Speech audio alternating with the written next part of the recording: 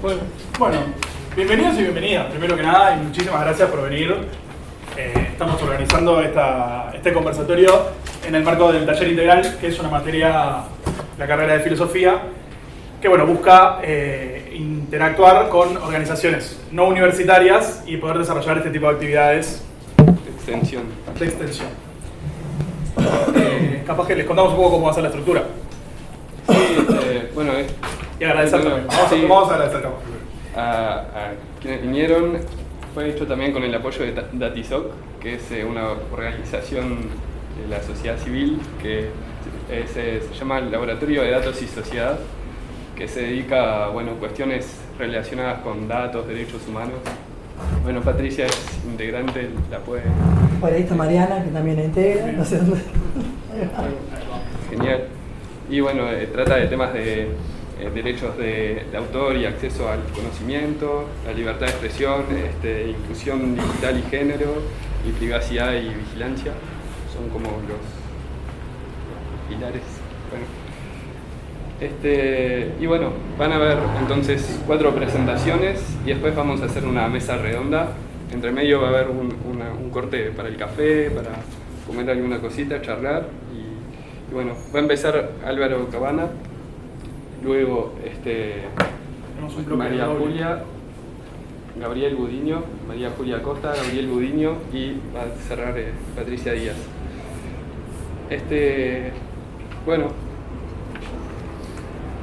Sí, no quiero. La primera presentación la va a presentar Álvaro Cabana, le agradecemos nuevamente. Él está en la Facultad de Ciencias en la Universidad de la República, doctor también en Ciencias Humanas, y desde el año 2014 es docente en la Facultad de Psicología y es coordinador del programa Ciencias de Datos y Psicometría. Pertenece al Instituto de Fundamentos y Métodos en Psicología y su actividad de investigación se orienta hacia el estudio de las bases neurobiológicas de la Facultad de Lenguaje a través de experimentos psicofísicos y ciencia de datos. ¿Te parece algo más que quieras agregar? Que ya quisiera yo ser doctor en ciencias humanas, me encantaría. No sos doctor. Soy doctor en ciencias biológicas, pero puedo argumentar que las ciencias biológicas también son ciencias humanas. Son ciencias humanas de alguna forma. Está perfecto. Los humanos somos seres biológicos. Claro, porque dije ciencias humanas. Muchísimas gracias. Por favor, gracias a ustedes por la invitación. Qué desafío, porque me dijeron que hablara de los fundamentos y sé que hay gente muy experta sobre todo en tema datos, que viene después.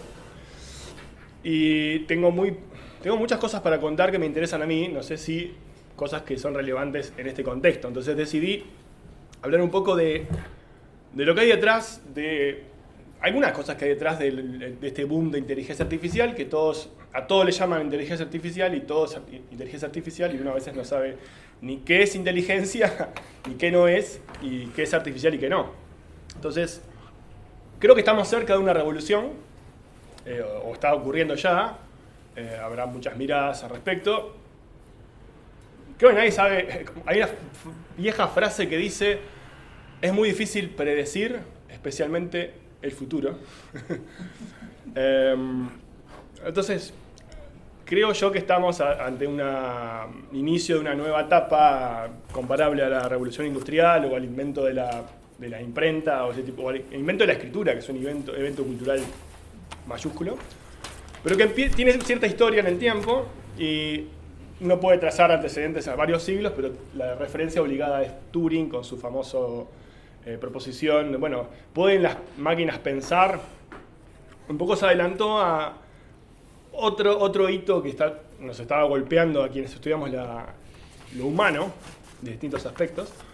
Hubo varias revoluciones científicas que fueron empujando el rol de lo humano del centro de la cuestión universal, así como el sistema tolemaico y copernicano, el sistema copernicano, desplazó a la Tierra del centro del universo. Darwin destronó al humano como pináculo de la evolución.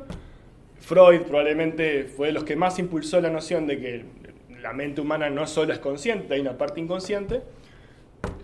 Ahora estamos ante la creación de máquinas que a veces ponen en ridículo nuestras capacidades cognitivas y nuestro rol de especie pensante. Bueno, ahora no somos la única cosa que piensa. A eso se adelantó Alan Turing proponiendo el famoso test de Turing. Levanten las manos quienes no saben lo que es el test de Turing. Bueno, el test de Turing, versión corta, es ¿cómo saber si una máquina es inteligente? Bueno, pongamos a una persona, a un humano, ante la situación de tener que decidir si está conversando, por ejemplo en un chat, con un humano o una máquina. Y si el humano no puede distinguir el humano de la máquina, entonces la máquina es esencialmente humano, o bueno, por lo menos tiene capacidad de engañar al humano pensando que es, haciéndole creer que es un humano. Entonces, necesariamente para hacer eso, se precisa pensar.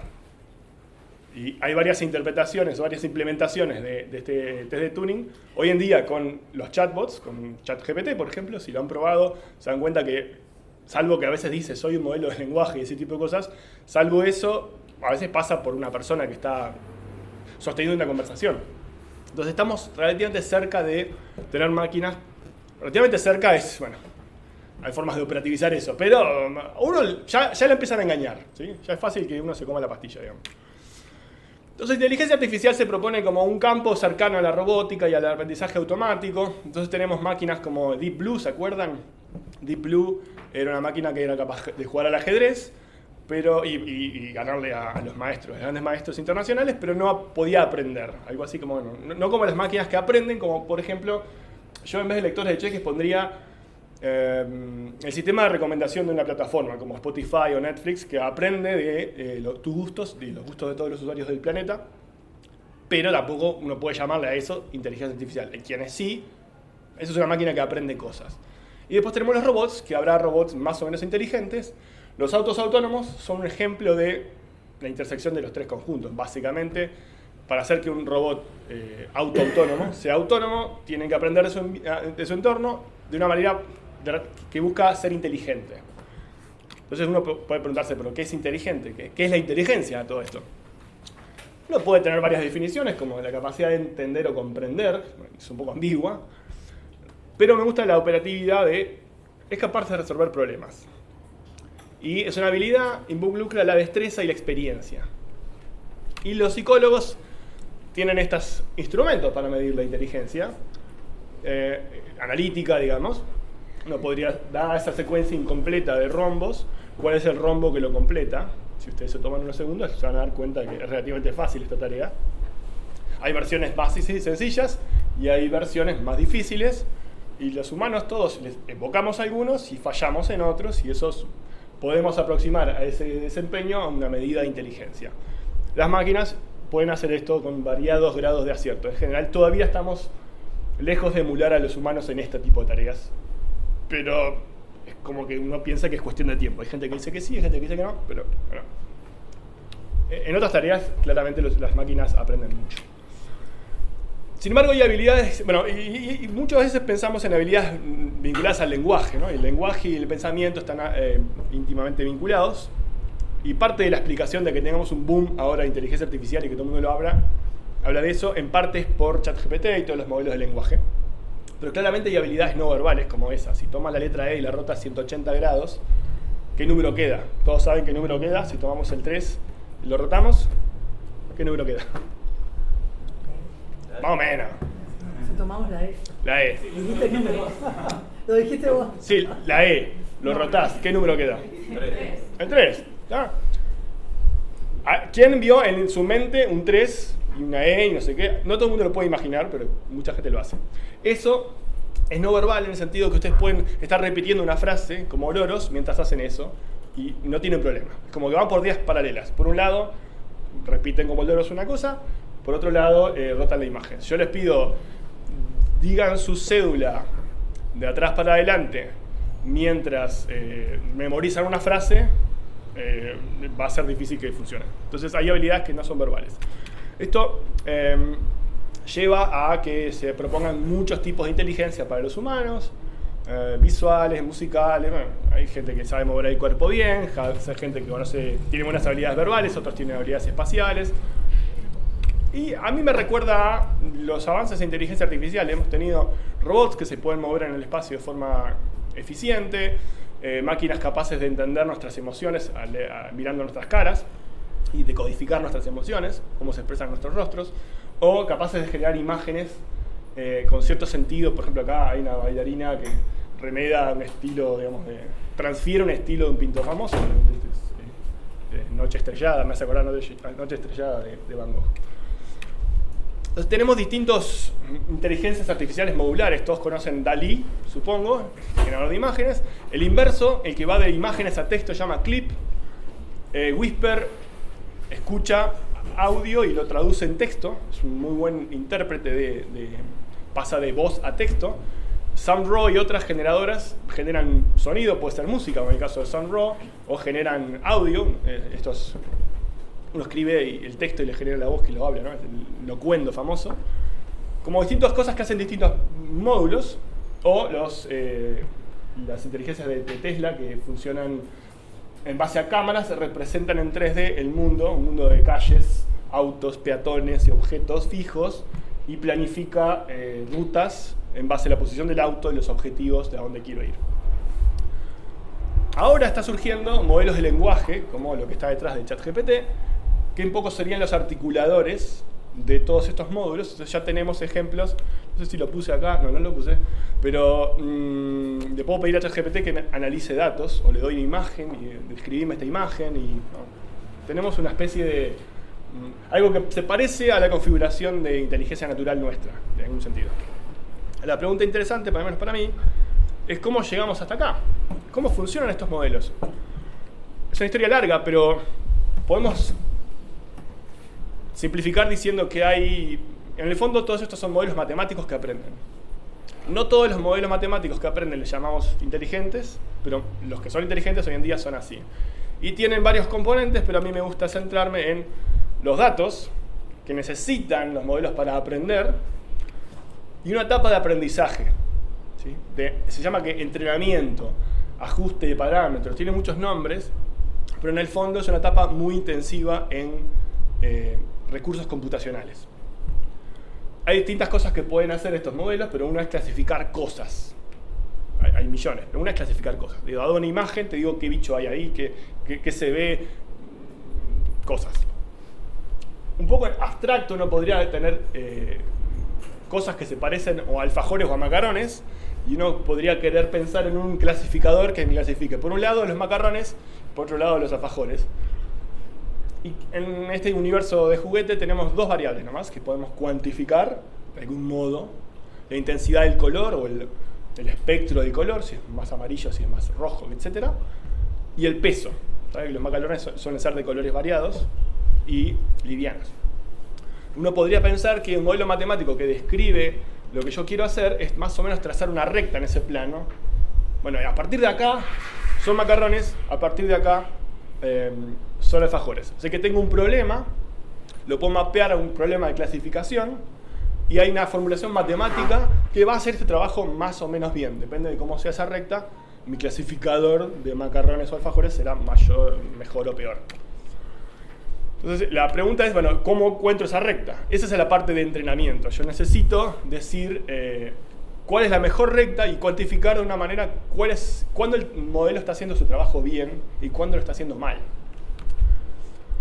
Y entonces tenemos los datos originales del macarrón, tenemos las variables de peso o la intensidad del color, puede ser en RGB, lo que sea, y una etiqueta asociada. Necesito un conjunto de datos que sean variables, peso y color de macarrones y alfajores, y alguien que haya dicho, esto es un alfajor, esto es un macarrón, esto es un alfajor, esto es un macarrón, mucho de eso. Y todos hacemos eso cuando etiquetamos gente en las redes sociales, o cuando en el CAPTCHA decimos dónde están los semáforos, ese tipo de cosas.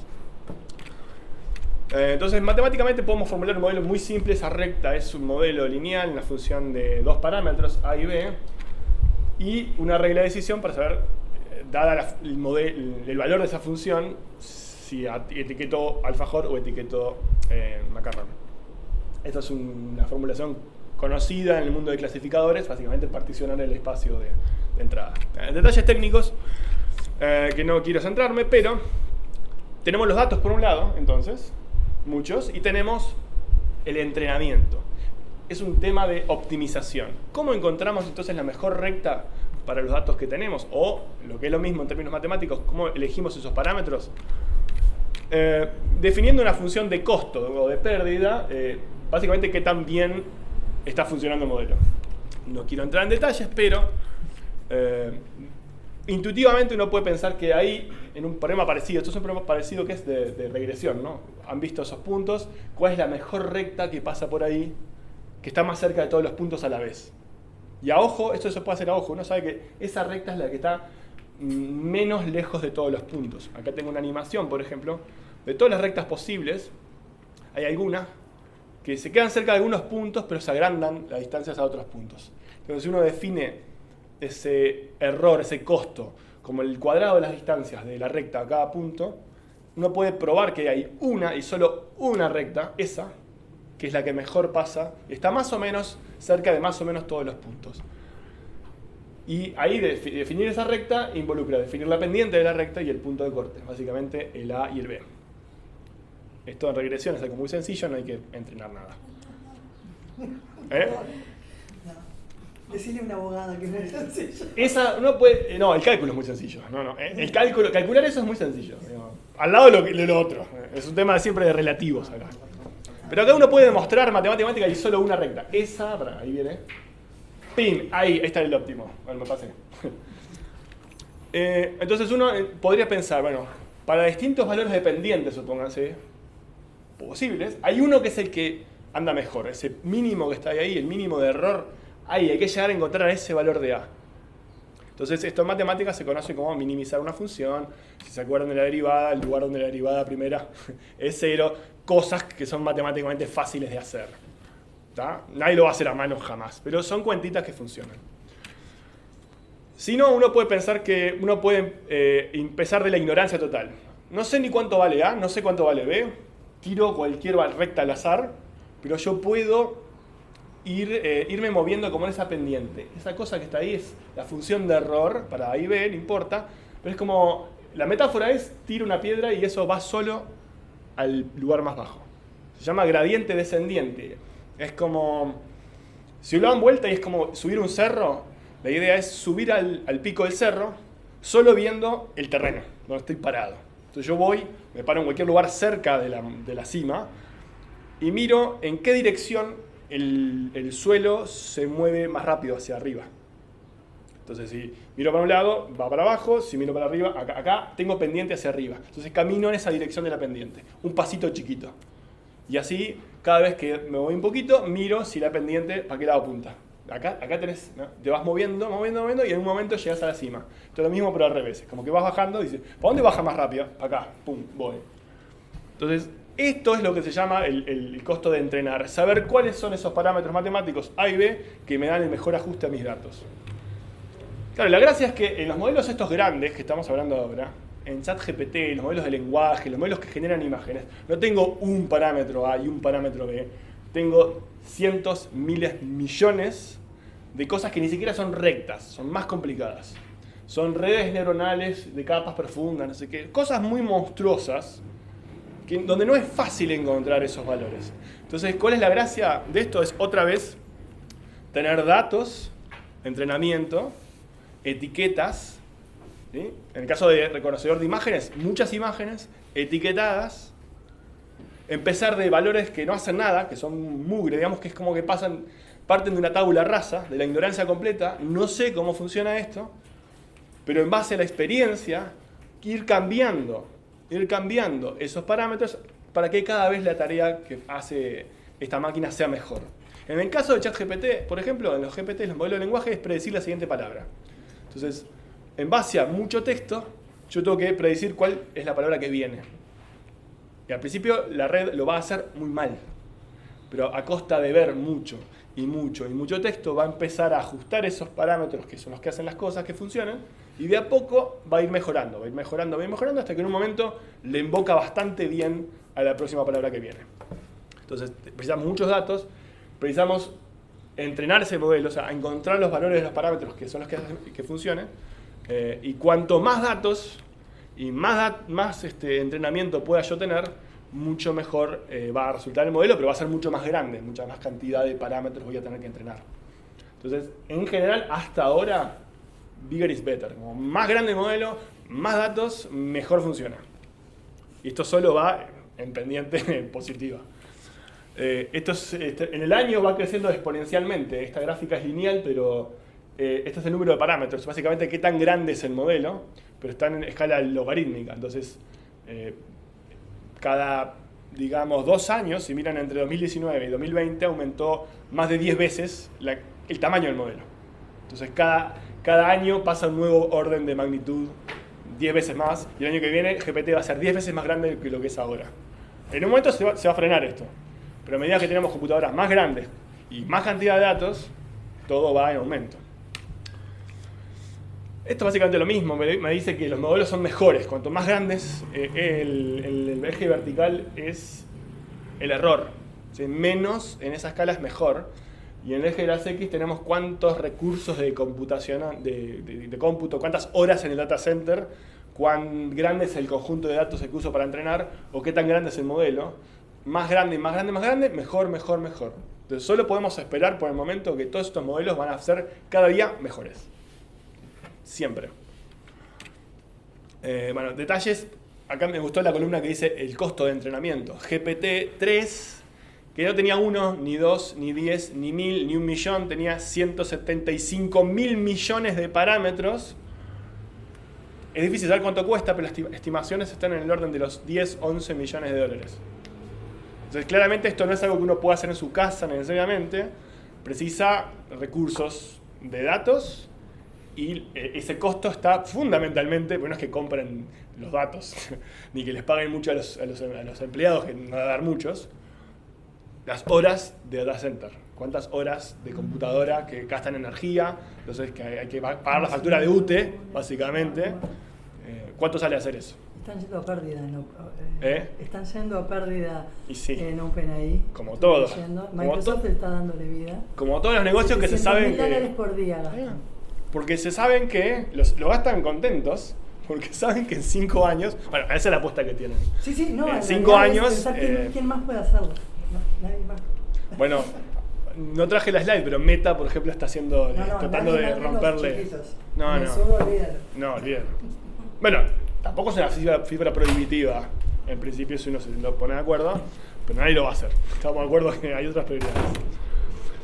Entonces, por inteligencia general y generativa, porque muchos de estos modelos lo que hacen es generar cosas, generan imágenes, generan lenguaje. Por eso entendemos modelos de aprendizaje automático, máquinas que aprenden de distribuciones de datos complejas. O sea, no aprenden cosas sencillas como clasificar macarrones y alfajores, eso se hace a mano. Pueden reproducir lenguaje humano, con toda la carga, no solo gramatical, sino hasta cultural que hay detrás de una cosa que puede hablarte y sabe de los nombres de las cosas y que tiene conocimientos de datos del mundo, de entidades en el mundo y de valores culturales. Básicamente cierta cultura occidental está metida en un modelo de lenguaje. Entonces aprenden de nuestro mundo y de nuestra cultura, siempre optimizando la función objetivo, que a veces es trivial, como que GPT lo único que hace es producir la siguiente palabra. Y yo ahí pongo que tienen mucha hambre de datos y de horas de cómputo. En particular, ChatGPT o la parte GPT, digamos, entre comillas, es solo un autocompletador. El motor de ChatGPT lo único que hace es buscar la siguiente palabra y predecirla y generarla. En todo caso, si la puede predecir, bueno. O sea, no busca información, no razona, no piensa. Esto es discutible. No se da cuenta, claramente no tiene como una epifanía. Es cierto, gracias por señalar el error, disculpa mi error. Ahora me di cuenta, no, mentira, no se da cuenta.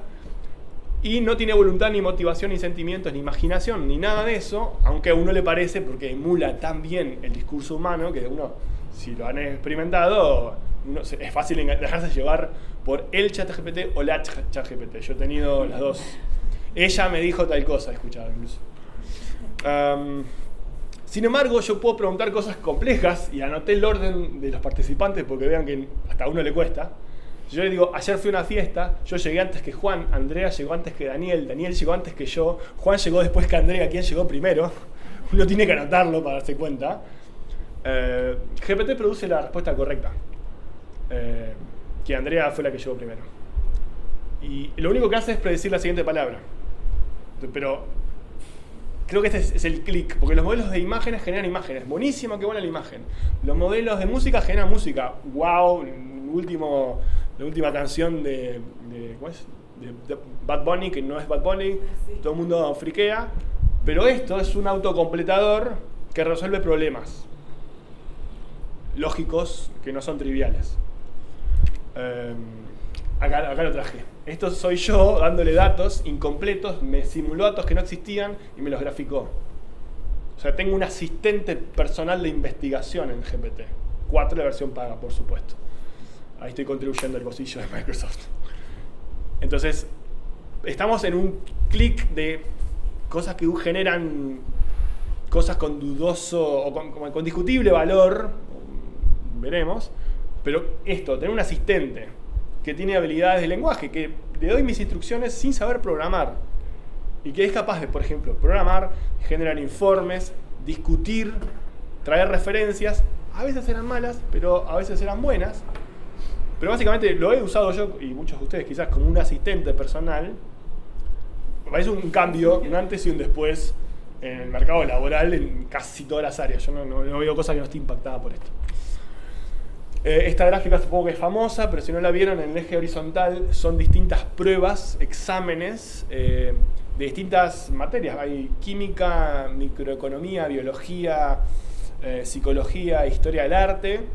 Y las pruebas, en el eje vertical es el puntaje, ordenadas por el desempeño de ChatGPT 3, que es en azul, GPT, perdón, y en distintas versiones de verde están los GPT que pueden ver y los que no pueden ver.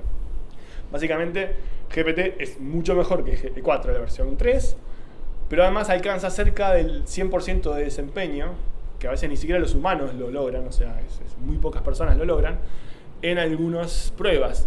No sé cuál está acá, pero creo que es el US ABO. La más alta es el examen de ingreso a los abogados, el attorney, no me acuerdo si es esa, pero hay una que es la prueba estandarizada para el ingreso al bar exam federal. No es esa. ¿En qué país? Uniform Bar Exam está ahí, es en Estados Unidos, el federal. Es la tercera, creo, de columna analítica. Sí, no se necesita demasiada imaginación para hay que saber articular. Pero ese puntaje, sí, es verdad, es mayor al percentil 99, algo así. Es una locura. Entonces, alcanzan en algunas cosas que ya no son jugar al ajedrez. Esto es otra cosa. Estas cosas no hacen una tarea bien, pueden hacer muchas. Hay una versión que la hicieron jugar al Minecraft, programar movimientos en Minecraft, y realmente es la mejor inteligencia artificial aplicada a Minecraft. O sea, en Minecraft, que es, uno para decir, es un jueguito, es un mini universo súper abierto donde hay millones de cosas que pueden estar sucediendo y no hay guión, no hay un objetivo claro. O sea, hay pequeños objetivos y hay muchas cosas para construir. Es la mejor inteligencia artificial para jugar en Minecraft.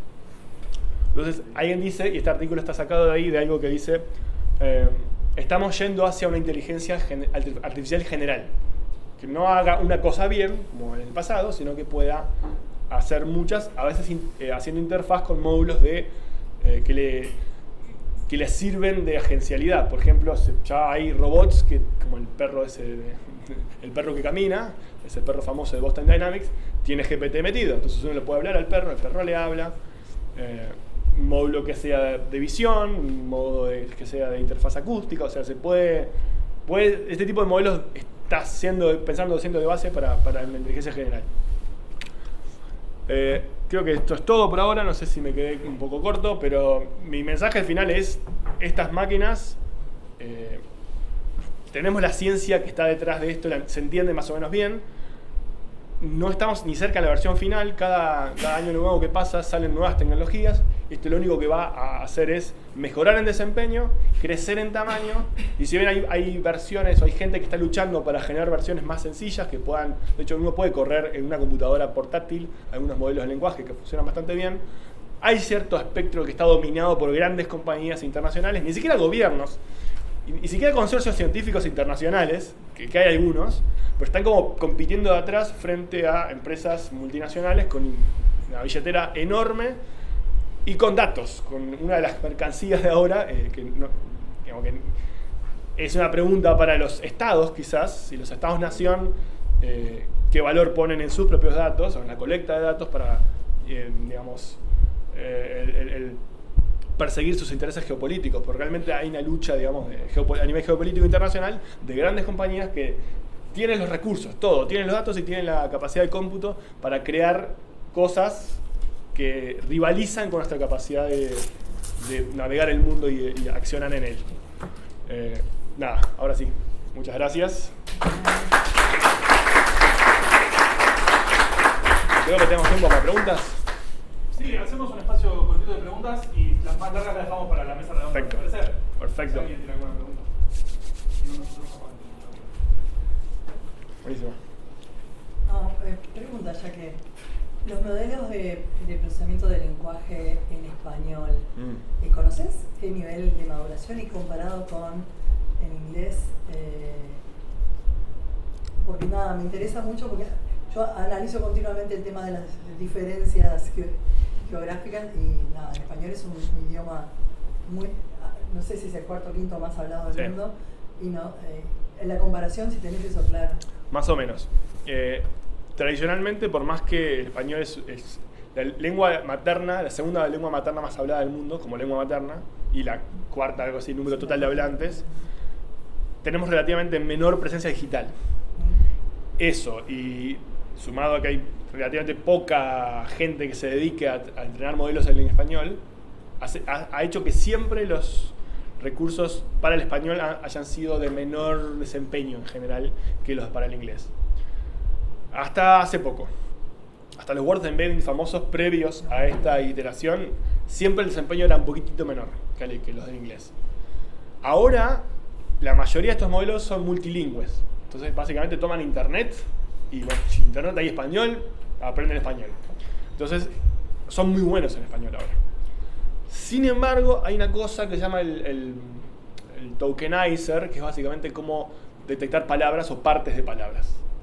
Y eso está optimizado para inglés y más o menos funciona en español, pero no muy bien. Entonces, sigue con una pequeña desventaja. Yo no tengo mucha evidencia para decirte que la brecha se ha acercado, es mi impresión. Y ahora hicimos un trabajo para evaluar GPT y Llama, la competencia de Meta, y está muy bien. O sea, en español da muy, muy, muy bien.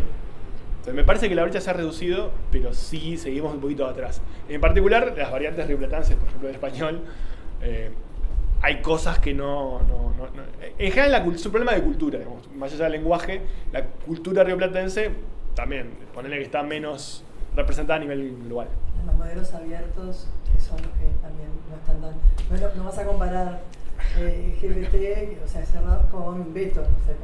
No, ahora está Llama, por ejemplo, que Llama 2 salió hace poco, es multilingüe y es abierto, es de Facebook, pero es abierto. Pero acá está GPT, acá está Llama. Siempre tenés esa diferencia. Por ahora no hay ninguno abierto que haya sido rival de GPT, por ejemplo. No es claro eso. Sí, yo tengo una pregunta de pasada nomás porque lo comentaste. Efectivamente, los captcha de las páginas de internet son utilizados para el trazado de... Desde siempre. Desde el primer captcha, que era con la palabra tachada. Había un captcha que eran dos palabras. Sí, es verdad. Y una era una palabra que la máquina sabía cuál era y la deformaba. Y otra era algo que aparecía en OCR, ¿no? Cuando querían digitalizar documentos y aparecían, o fotos o lo que sea, y aparecían textos un poco deformados. Entonces, para etiquetarlos, para entrenar lectores de textos, le preguntas a 1000 personas qué es esto, y las 1000 personas te daban una estimación. Y ahora la mayoría tiene que ver con el tránsito. Bueno, ¿por qué será? Claro. ¿Por qué será que te preguntan dónde está la moto, dónde está la señal de tráfico? Básicamente, ventaja para Tesla, por ejemplo, y una de las cosas que mucha gente que habla de Tesla dice que es una empresa de autos o de energía, es una empresa de inteligencia artificial a esta altura, porque tiene robots en las calles, porque los autos tienen cámaras y todo el tiempo están filmando y grabando lo que el conductor hace y usando, ¿no?, lo que el conductor hace en las situaciones de conducción para tener esos datos y entrenar sus modelos de piloto automático, que todavía no han largado full, pero ya manejan bastante bien. ¿Y cuándo está la ventaja de Tesla que lo separa del resto? En eso, en tener los datos colectando ahí y tener una montaña de datos gigante. O sea, no hay forma de competir con eso. Por más que le preguntes a la gente dónde está el coso, si tenés un auto que anda mapeando las calles y viendo qué hace el conductor en cada momento, es claro que tenés todo para construir el modelo que lo haga bien. Tengo una pregunta, porque como tú decías lo de los intereses geopolíticos, la pregunta que quería hacerte era, digamos, para vos en definitiva, ¿cuál es la finalidad de todo este desarrollo brutal de la ciencia, cuando en realidad quienes la llevan adelante en realidad necesariamente tienen que ser grandes capitales que son los que en realidad ponen plata ahí? O sea, se trata, digamos, para vos, se trata, digamos, de una intención de dominio y de marcar, digamos, la pauta hacia dónde va el mundo, o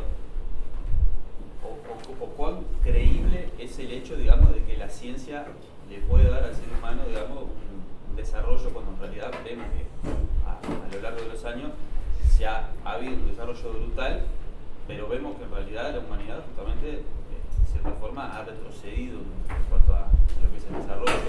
Vemos, por ejemplo, ciencia y tecnología muy bien desarrollada, pero para la guerra, por ejemplo. Esa pregunta excede a este ejemplo, digamos, es una pregunta de ciencia y desarrollo y la relación de la generación de conocimiento en general. Te puedo decir lo que siento yo. Los científicos quieren hacer cosas divertidas, quieren conocer cómo funciona el mundo y quieren inventar máquinas que hagan cosas copadas. No, me gusta, a mí, yo me pregunto, hay preguntas que quiero responder y hay desarrollos tecnológicos que me parecen que están buenos. Después, habrá muchas agencias gubernamentales financiando investigación básica para, en su futuro, digamos, avanzar la frontera del conocimiento. Y después habrá distintos actores. Las empresas quieren, la empresa capitalista, el mundo capitalista quieren más dinero, digamos. Básicamente son las máquinas de conseguir más dinero. Y a través de la tecnología son formas de obtener lo que quieren. Hoy decías vos que OpenAI, la empresa detrás de GPT, DALL-E y otras tecnologías, es una máquina de perder plata. Claro, es una máquina de perder plata. Hoy. Y Microsoft está poniendo esa plata muy alegre porque estima que el retorno a la inversión va a ser grande. Que hay serias dudas de que si va a ser tan grande, que capaz que sea una empresa fallida, digamos, porque hay que ver si después recuperan toda esa plata, toda esa inversión. Pero en el fondo es una cuenta. ¿Y para qué lo hacen? Y para hacer más y mejor, qué sé yo. Y habrá muchas ambiciones subjetivas. Elon Musk dice que quiere lo mejor para la humanidad y esparcir la humanidad por los planetas, qué sé yo. Cada uno tendrá su viaje. A nivel sistémico, vos lo que ves es la economía capitalista haciendo lo que mejor sabe. O sea, funciona así, no sé si hay mucho plan detrás. Es que cada uno tiene sus intereses. El inversor quiere retorno de la plata, el académico quiere tener papers y prestigio y responder los misterios del universo, y los consumidores consumen, tienen recursos y los consumen. Así funciona un poco el sistema. ¿Necesitamos o peor o mejor en la humanidad? Es una discusión muy larga para otro día. La filosofía, vos no te olvides. No, porque hay gente que sostiene que estamos mejor, así como hay gente que dice que estamos peor. Entonces, es un debate larguísimo. No sé si había más preguntas, ¿no? No. Proponerles capaz dejar las preguntas para la mesa redonda final y pasar con María Julia. Agradecimiento a Álvaro, y les contamos que ahora vamos a empezar con el segundo bloque, que tiene que ver con el impacto en la sociedad y las posibles consecuencias en el mundo del trabajo. La primera presentación la va a llevar adelante María Julia Costa, que es doctora en Sociología, es profesora adjunta en el Departamento de Sociología de la Universidad de la República y se desempeña como investigadora en el área de Sociología del Trabajo. Y tiene intereses académicos que están centrados en las transformaciones del mundo del trabajo y sus impactos en los trabajadores, vinculado con el software. Muy bien. ¿Algo más? No, perfecto. Y después ya presentamos también a Gabriel Budinio, que va a pasar después. Así ya quedan las presentaciones de este bloque. Es contador público, graduado en la Facultad de Ciencias Económicas y de la Administración de la UDELAR, magíster en Sistemas de Información y coordinador académico del posgrado en Sistemas de Información de las Organizaciones y Gestión en Empresas de TI profesor efectivo en la unidad académica de costos y control de gestión.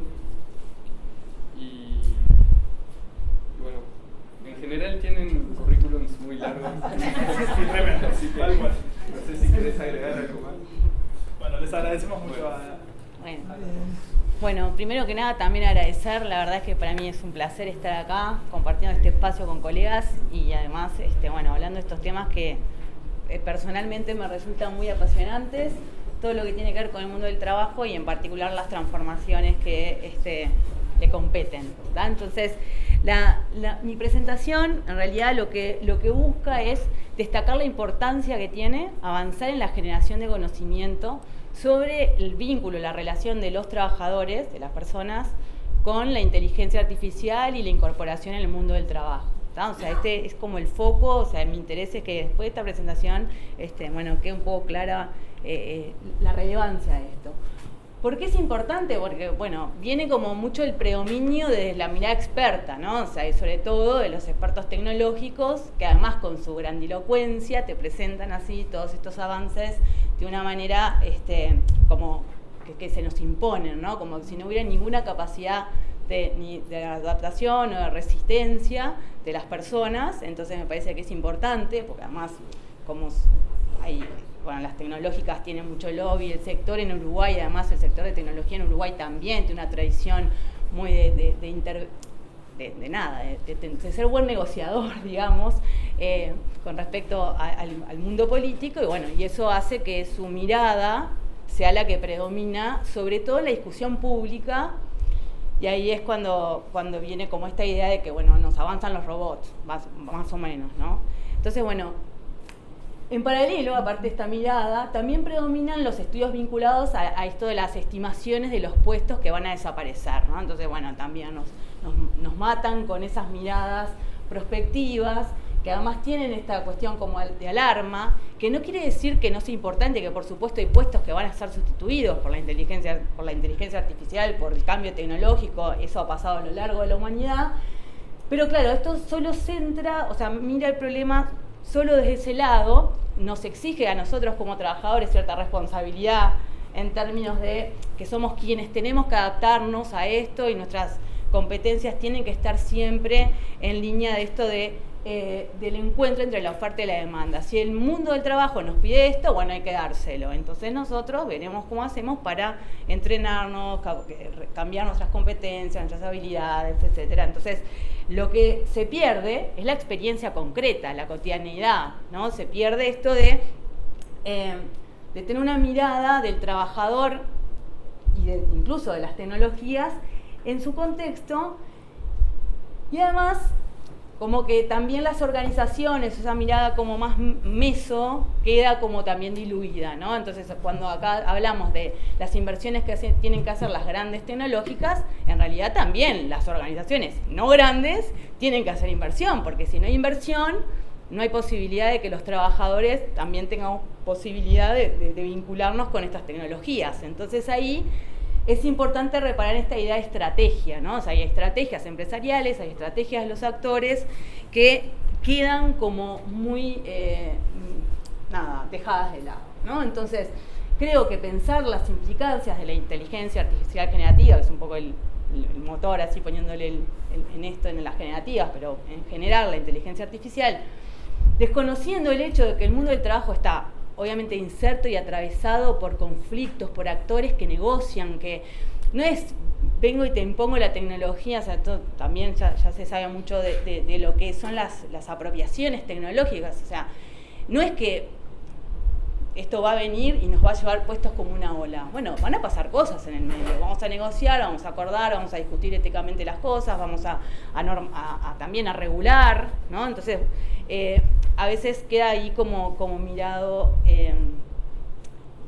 como cierta omisión respecto a esto, ¿no? Entonces, hay estrategias empresariales, o sea, es claro, un poco en línea con la pregunta tuya, que si yo tuviera que responderte, sí, en un sistema capitalista donde las organizaciones están muy presionadas por la competitividad a nivel internacional, o sea, un nivel de competitividad enorme, hay que recurrir a esto. ¿Por qué? Porque se necesita eficiencia y productividad. Esas son las dos como decía, ¿cómo son los valores del nuevo capitalismo? Vas hacia ahí, ¿no?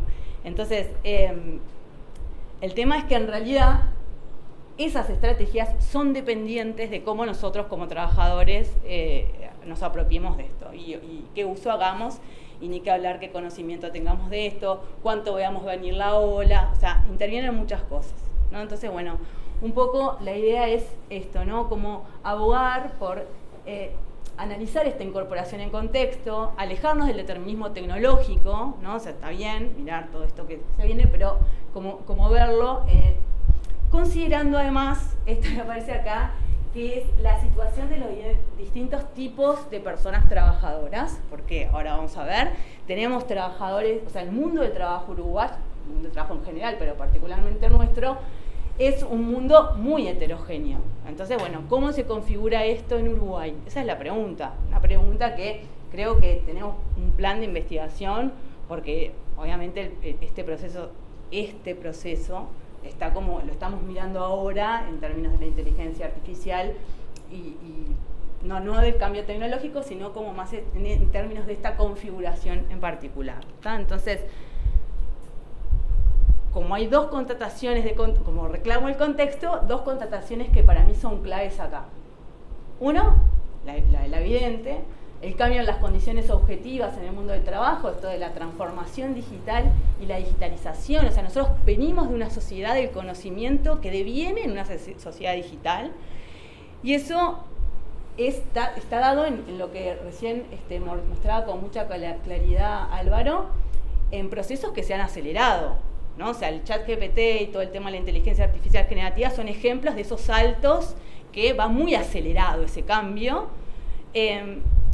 pero que es un proceso que se viene dando hace décadas. O sea, ya se viene hablando, o sea, por lo menos en ciencias sociales, y no sé, desde los 70, 80, 90, hay mucha producción sobre esto. De hecho, si querés hacer una revisión, me pasa porque estoy en ese momento ahora, sobre el concepto de sociedad digital, los conceptos antecedentes tienen que ver con esto, ¿no? La sociedad del conocimiento, la sociedad de la información, pero bueno, ¿cuál es la diferencia entre lo digital, la información, los datos? Bueno, hay todo un mundo, pero que ya venía, ¿no? Y hay mucha producción al respecto.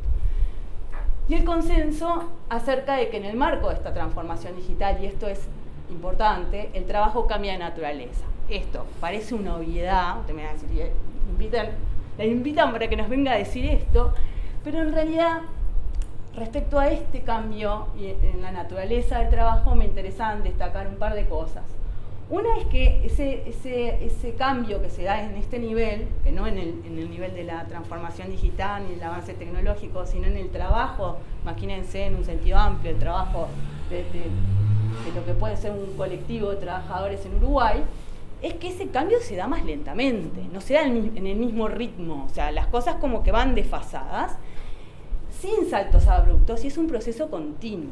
Entonces, a los que estudiamos el trabajo, claro, nos desvela cómo lo puedes ver, porque como es continuo, tenés que investigarlo continuamente para poder darte cuenta de justamente de lo lento que viene cambiando esto. Pero tenemos dos certezas.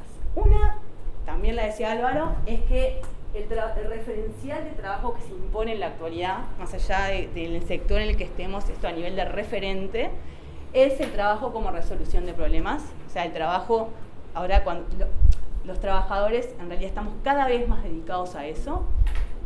Y una lógica de servicios que se instala, donde el cliente es determinante. O sea, hacer cualquier análisis del mundo del trabajo, descuidando al cliente, o sea, no considerándolo, y eso es un error, porque tradicionalmente abordamos al patrón y al empleado, digamos, pero si no vemos esta tercer pata, a la cual además todos estos modelos tienden y ahora vamos a ver un poco el tema del software, porque en realidad el modelo referencial que se trata como emular y que se impone, porque además son quienes están liderando esta transformación, es justamente lo que está pasando dentro del sector del software, donde el trabajo es concebido como resolución de problemas y donde lo que hay que hacer es solucionar problemas de otros, básicamente, ¿no? Entonces, el trabajo de las soluciones empieza a ser el referente a nivel más general, y todos solucionamos y solucionamos y solucionamos, ganamos menos que ellos, por supuesto, pero Pero además, como tenemos que solucionar, lo que se instala es esta idea de la utilidad de lo que hacemos, ¿no? Entonces, la visión pragmática del trabajo es un diferencial como muy claro, que viene muy de la mano de estos procesos y cuestiona conceptos muy relevantes, como por ejemplo el de creatividad, donde la creatividad también muta hacia una creatividad pragmática, utilitaria, instrumental, y nos olvidamos, sobre todo ahora un poquito cuando quería mostrarles algunas cuestiones con el chat GPT de cómo lo tenés que interrogar. O sea, porque en realidad nosotros nos tenemos que adaptar a la forma en que está pensado, digamos, cuál es la estructura del sistema, de cómo opera el chat GPT. Entonces nosotros somos los que tenemos que si queremos trabajar con él, tener un asistente personal, tenemos que saber cómo hablarle. Claro, hablar exacto. en términos de prompt. Claro. Pero es eso... otra forma de pensar. Claro, sí, es otra forma de pensar que te viene de un campo de conocimiento que piensa así. Entonces, por eso es como muy interesante ver estudiar el sector del software para entender el mundo del trabajo actual. O sea, qué entienden ellos por trabajo. Pero ese es otro, lo podemos conversar en otro momento, pero me parece relevante. Entonces, simplemente quería mostrar 3 indicadores en esto de venir y mirar a los trabajadores, basado en un estudio que justamente estuvo orientado o buscó tener una primera aproximación acerca de cuán cerca o lejos está la inteligencia artificial en el mundo cotidiano, digamos. La gente tiene idea, no tiene idea, lo conoce, lo usa, qué conoce, bueno, un poco tratar de ver qué apropiación y qué evaluación además hacen los trabajadores sobre la incorporación en el mundo productivo, ¿no? Entonces, bueno, un poco la pregunta, ¿qué características adopta la incorporación de la inteligencia artificial en el mundo del trabajo? Y para eso voy a utilizar algunos datos del Monitor Trabajo de Equipos, que es un estudio regular que se hace, que busca ser complementario a las estadísticas oficiales, y que en abril del 2023 aplicamos una batería muy cortita, pero bueno, con miras a avanzar en la generación de conocimiento sobre las transformaciones. Entonces, un primer dato era, es el del conocimiento espontáneo. Les preguntábamos a los trabajadores si habían visto, leído o escuchado algo sobre inteligencia artificial. Como ven ahí, un 70% de ellos dijo haber leído, escuchado, oído hablar. Y la clara diferencia por nivel educativo. Esta diferencia la vamos a ver, y esto creo que no es novedoso, pero sí es interesante ver las cifras en términos de las posibles la segmentación del mundo del trabajo respecto a estas tecnologías es contundente, o sea, ya aparece incluso en términos de conocimiento. Ahora vamos a ver que en realidad de ese 79 bien te nombran 20, el 20% te nombra una herramienta de inteligencia artificial que aparte capaz que ni la clasificamos bien, pero para nosotros era correcta, o sea que es mucho menos que ese ruido. La gente te habla de inteligencia artificial en microondas. Claro, hay un desconocimiento tremendo. Lo que pasa es que, claro, los expertos lo tienen clarísimo. La gente... O sea, imagínate cuando escuchás a los hacedores de política, ¿sí? Y la gente a estos niveles. ¿Cómo hacemos? ¿No? Porque instala problemas serios. Entonces, nada... solo en el conocimiento espontáneo esos niveles y una clara diferencia por nivel educativo de los trabajadores. ¿Eso es perdona que te interrumpa, es el universo de los trabajadores? ¿Cómo? Les preguntamos así a todos los trabajadores eso. O sea, como para saber la definición de trabajador más o menos. Es la misma del INE, es la misma, o sea, usamos para poder comparar y poner muestras y eso, es la misma, ocupados. Pero bueno, le decíamos, bueno, ¿y qué herramienta conoces? O sea, ¿conoces la inteligencia? ¿Qué herramientas conoces? Y acá, bueno, baja significativamente la proporción de personas que nombran herramientas concretas. Ahí tenés un poco más, casi el 40%, un poquito más del 40% que te nombró algo, pero en realidad solo el 24% logró nombrar correctamente una herramienta de inteligencia artificial, y de vuelta las diferencias por nivel educativo, ¿no? Entonces, la primera conclusión es que la inteligencia artificial está relativamente instalada como noción en el mundo del trabajo uruguayo, desde la mirada de los trabajadores. y un claro diferencial por nivel educativo, ¿no? Entonces, estos diferenciales, en realidad también de lo que nos hablan es de las capacidades anticipatorias que tienen los individuos, las estrategias, en esto de las estrategias, qué estrategias puedo montar en función de saber que esto se viene y los conozco y estoy cerca, bueno, me reciclo, no. Toda la toma de decisiones vinculado a eso, bueno, está diferentemente distribuida, como podemos ver ahí, o las posibilidades de...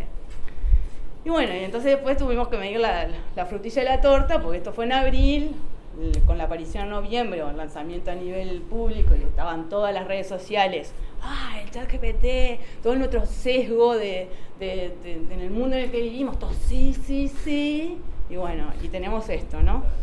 El 9% lo usa, y la diferencia por nivel educativo. Entonces, de vuelta, ese mundo de la tecnología, no de la tecnología, de la inteligencia artificial, está reducido, anichado en segmentos muy concretos de trabajadores, y creo que el 100% de no en el ciclo básico, y aparte de esto lo has utilizado alguna vez, ni siquiera era si lo utilizó en su trabajo, ¿no? Entonces, es como que es muy fuerte. Y ahí sí, mismo patrón en lo que es el uso de alguna herramienta de inteligencia artificial en el trabajo, según nivel educativo, bajó considerablemente. Ahí aparece algo acá en el ciclo, pero no era el ChatGPT, era inteligencia artificial en términos más generales. Se mantienen los guarismos, y esta gráfica que me parece la más elocuente y donde me parece que vamos a tener que abrir bien los ganchos, que es la evaluación de la afectación que la inteligencia artificial generativa, en realidad no fue solo la generativa, sino que le pusimos el ejemplo del ChatGPT porque queríamos ver de generativa, podía tener el futuro cercano. Entonces, antes de mirar esto, solo miramos el crisol de colores que hay acá, o sea que tenemos una evaluación heterogénea, donde hay desconocimiento por buena parte de los trabajadores, indiferencia por otros, ¿no? Acá no tendrá impacto, no sabe qué va a pasar, 26% no tendrá impacto, 8% muy negativo, o sea, las visiones negativas, y la potenciación. O sea, la heterogeneidad del mundo del trabajo en general, y además la heterogeneidad que sale de estos resultados. Y bueno, cuando hacemos la apertura, casi que con todo lo que vengo comentando, creo que la gráfica habla por sí misma. El desconocimiento entre estos dos segmentos es bastante similar, pero la indiferencia, sobre todo en estos niveles más bajos, que no tendrá impacto. O sea, justamente es como el sector donde uno podría decir, y todos los estudios sobre automatización, y bueno, no hay como conciencia de eso, ¿no? O sea, una lejanía tremenda, lejanía en la conducta, obviamente. Si no conozco, después también me cuesta un poco hacer la evaluación.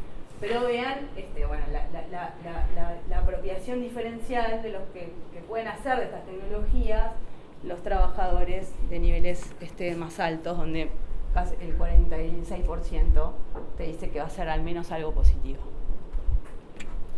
Entonces, bueno, ¿qué nos dicen preliminarmente estos datos? Relativizan algunas afirmaciones, como les comentaba recién, nos muestran las diferencias en el mundo del trabajo en términos de conocimiento, cercanía, uso y sentido de la afectación, la fuerte segmentación que ya está instalada hace tiempo, pero bueno, con estas tecnologías lo que pasa es que se hace más visible, digamos, y probablemente se maximice.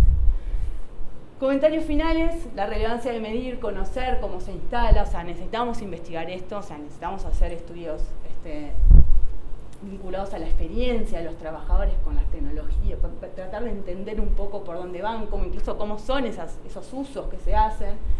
El trabajo está cambiando lentamente para poder saber y comprender estos impactos más reales, no los estimados, más vinculados a la automatización, etcétera. Creo que tenemos que hacer este tipo de estudios. Hay limitantes en el acceso a nivel general, si pensamos en los requerimientos que imponen, además lo veíamos recién y lo comentaba recién Álvaro, o sea, el uso de estas tecnologías Decía que para nosotros parece fácil, en realidad es muy difícil para el conjunto de la población, porque ¿qué requieren? Requieren experticia en un dominio temático, porque si no, eso no lo dijiste, las alucinaciones, si no el coso alucina, entonces te dice cualquier cosa, y si vos no sabés, lo tomás, porque no tenés esa capacidad, y eso es solamente estudiando, sabiendo, ¿no? La capacidad de ser editores de lo que genera, entonces las limitantes al momento son claras, tenemos problemas además el país en términos de culminaciones, de formaciones básicas, o sea, tenemos problemas serios. ¿Cómo vamos a hacer para trabajar en estos entornos? Al menos implica cambios en términos de certidumbre acerca de la necesidad de experticia. O sea, lo que queda claro con esto es que tenemos que saber algo, o sea, tenemos que manejar un campo de conocimiento, la importancia de hacer buenas preguntas y que sean específicas. Esto que les adelantaba, el cambio en el sentido, hay múltiples categorías que son muy relevantes para el mundo del trabajo y que son como más soft, pero que además acompañan a todas estas nuevas formas de ser y de trabajar asociadas al mundo del software, que es la creatividad. O sea, el software cuestiona muchas de las categorías que reinaron en el mundo del trabajo, las redefine. Entonces redefine lo que es trabajar y se redefine, por ejemplo, una competencia como es la creatividad. Hay que ser editor, hay que ser ingenioso en la pregunta que se hace, ¿no? Construimos sobre lo que existe, o sea, no es que somos creativos, inventamos desde cero, nadie inventa desde cero, el creativo, también artista, inventa sobre algo, aunque no sea consciente, pero esto es sobre lo que está, sobre esas miles, millones de datos.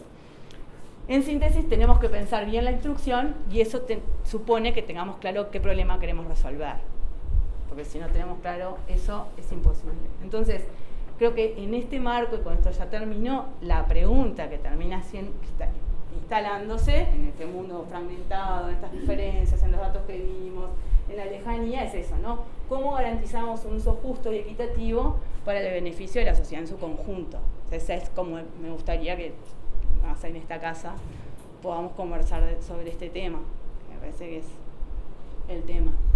Y con esto, me faltó la gracia. Lo primero es agradecer la invitación. La Universidad de la República tiene muchas cosas buenas. Una de sus cosas peores es que somos una federación de facultades y a veces tenemos pocas instancias de encuentro y de encontrarme con gente amiga y conocida que encuentro por ahí. Y en particular, por ejemplo, con Julio no nos conocíamos y ya tengo ganas de que lea algunas cosas que he escrito sobre estos temas y que podamos intercambiar. Y creo que sin duda este tipo de temas nos requieren, digamos, de la multidisciplina, digamos, ¿no? Requiere miradas muy diversas. Básicamente porque no tenemos la menor idea y desconfíen de cualquier gurú de que diga lo que va a pasar de acá a 2 años, porque de verdad estamos lejos de saber eso. Pero bueno, algunas reflexiones creo que están buenas poder sumar de distintas miradas. Creo que han conformado una mesa diversa, digamos, y que eso está bueno y enriquece mucho la discusión, principalmente para nosotros que estamos en estos temas y siguiéndolos, estamos chupando rueda entre nosotros todo el tiempo y creo que eso es importante.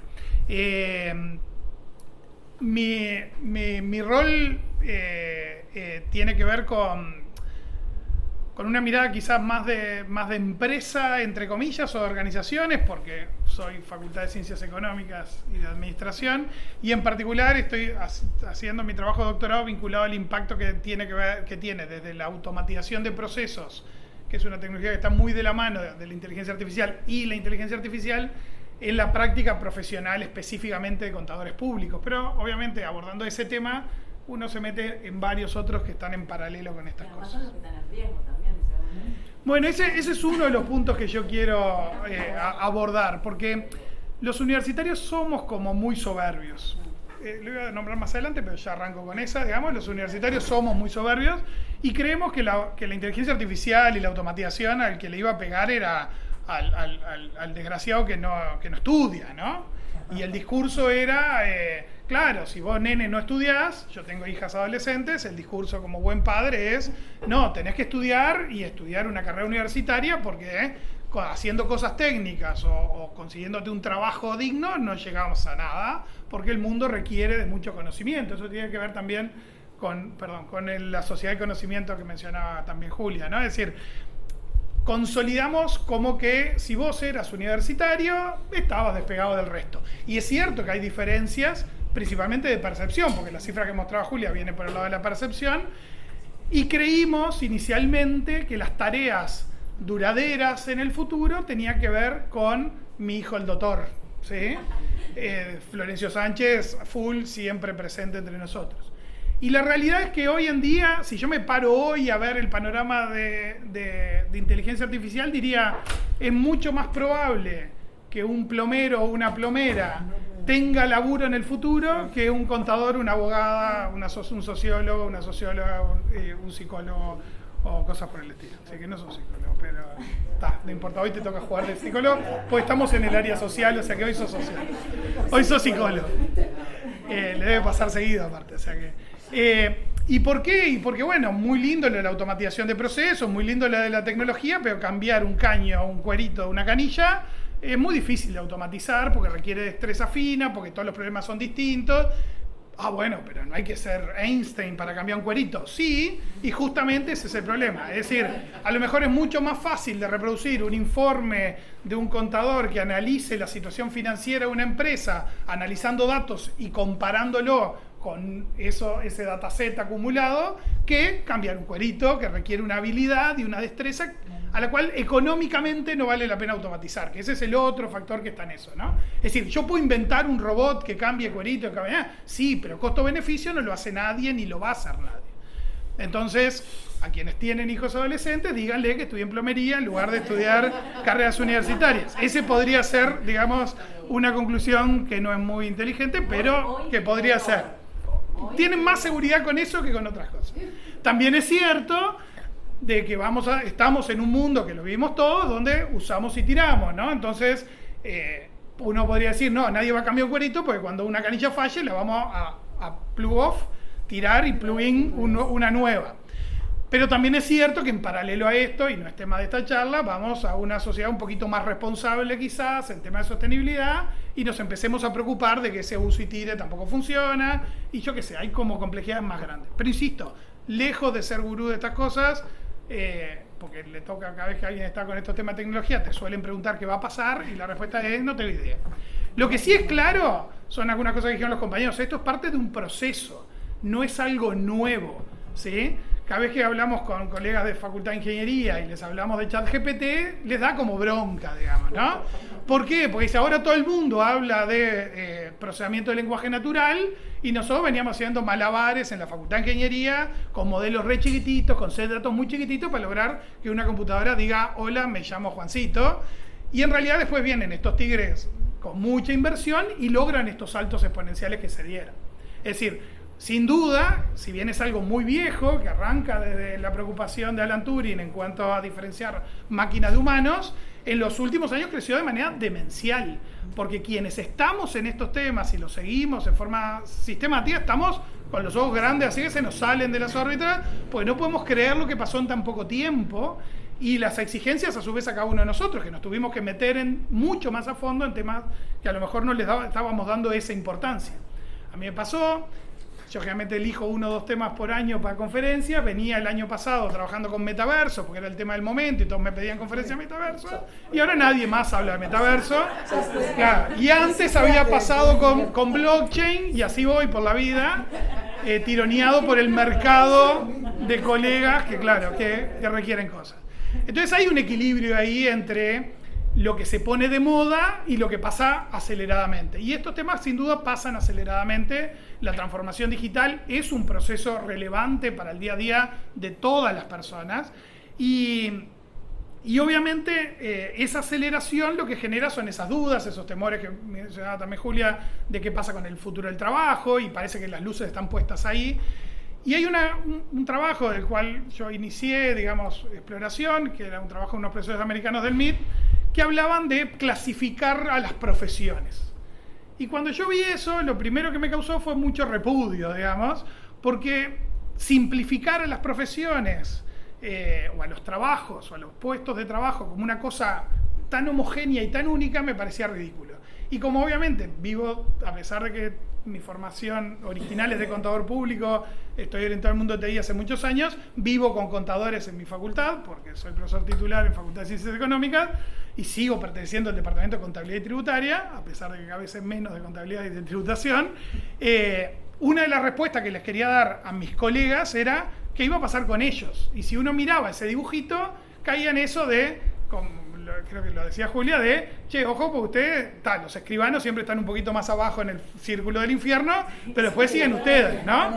Es decir, siguen ustedes como contadores de que lo que hacen es hacer registros contables. Y es cierto que los contadores hace años no hacen registros contables, pero podía estar ese riesgo con inteligencia artificial. Entonces, lo que empecé a trabajar ahora es un análisis que tiene más que ver ya no con las profesiones, sino con las tareas, porque eso me parece además muy importante hacia la acción. Y un poco también lo que recogía Julia, perdón que te estoy agarrando todo el rato, pero no solo somos vecinos en el barrio, sino que con Ciencias Sociales tenemos varias cosas en común. Hay veces que creen que Ciencias Económicas es una materia de números o una carrera de números, y somos del área social a mucha honra.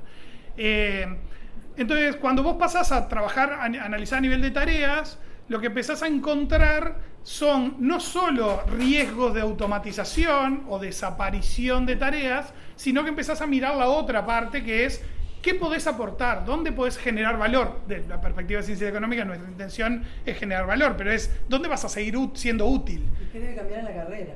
Y que a su vez, obviamente, qué es lo que tenemos que modificar en nuestros planes de estudio, porque además el año que viene comenzamos un nuevo plan de estudio de contador público, y una de las cosas que tratamos de reflejar es eso, ¿no? Cómo atender con un título de grado una profesión que para nosotros es muy diversa, pero a su vez cómo proteger de no caer en enseñar solo las cosas operativas que son las fáciles de automatizar, ¿no? Entonces, usé el modelo que usaban estos autores americanos para clasificar profesiones, para analizar tareas y despertar acciones. Entonces, hay un conjunto de tareas que son como las obvias de automatizar, que son las que tienen incluido ese sesgo de autosuficiencia que tenemos los universitarios, que es esas tareas rutinarias no cognitivas, ¿no? Es decir, las tareas sencillitas, cajero de supermercado, listo, cajero de supermercado, te van a automatizar y te van a poner una máquina que cobre solo. Listo, buenísimo, es cierto, pero creímos que eso iba a quedar ahí, que la automatización iba a quedar ahí. Y la realidad es que los modelos de inteligencia artificial empiezan a demostrar que hay un montón de cosas que nos parecían muy humanas, como el análisis de un texto, y eso está claro y quedó demostrado en muy poquito tiempo de que también es fácil de automatizar. Es decir, hay una funcionalidad gratis para usar online que invito a usar, que se llama Chat PDF, que vos subís un PDF y después chateás con ese PDF y le preguntás cosas al PDF. Y ya no es el riesgo de ChatGPT como generalidad, que varios decían, pero de mi especialidad no sabe nada. Y no, porque fue entrenado con Internet. No, porque aparte fue entrenado literalmente con Internet, así sin la T final, digamos, ¿no? Es decir, como la cosa más bruta y gruesa de lo que hay en Internet. Le dieron Internet y le dijeron aprender. Que básicamente como aprendemos todos nosotros de niñitos, ¿no? Es decir, de niñitos y niñitas nos tiran ahí al mundo y decimos perro a todo lo que tiene cuatro patas y después nos damos cuenta que hay otra cosa que se llama gato. Bueno, aprende igual la inteligencia artificial. Mira, resumió tu charla. Y no, ojalá. Lo que sí es cierto es de que cuando vos lo empezás a entrenar con cosas específicas, los resultados obviamente mejoran. Entonces, por ejemplo, para el cambio de plan de estudios, que imagínense, gente que va a ingresar el año que viene a la universidad en el entorno de los 18 años, no va a leer el texto del plan de estudios que escribimos con palabras pomposas universitarias, pero a lo mejor si yo subo eso a ChatPDF, en realidad estamos usando una API para ponerlo en la página web, le va a permitir al estudiante decir, ¿qué hay de nuevo en el plan de estudios? ¿Qué tengo que hacer para aprobar el primer año? Ese tipo de preguntas que implica, antes era poner a un docente o a un tutor entre pares o algo por el estilo a charlar con los 5.000 estudiantes que ingresan por año a nuestra facultad, sería inviable, y por lo tanto este tipo de herramientas hacen una transformación. Y es una transformación que no es de cajero de supermercado, no es de reponedor de góndola, no es de apilador de cajas, no es de trabajo físico, es de un trabajo intelectual importante, que es leerte un plan de estudios, entender las principales características y hacerle recomendaciones de las trayectorias académicas que tiene que hacer un estudiante universitario.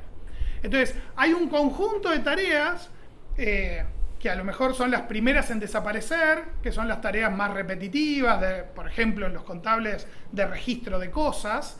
Registrar cosas cada vez va a caer más en desgracia, claramente. Hay otras que nos parecen muy complejas.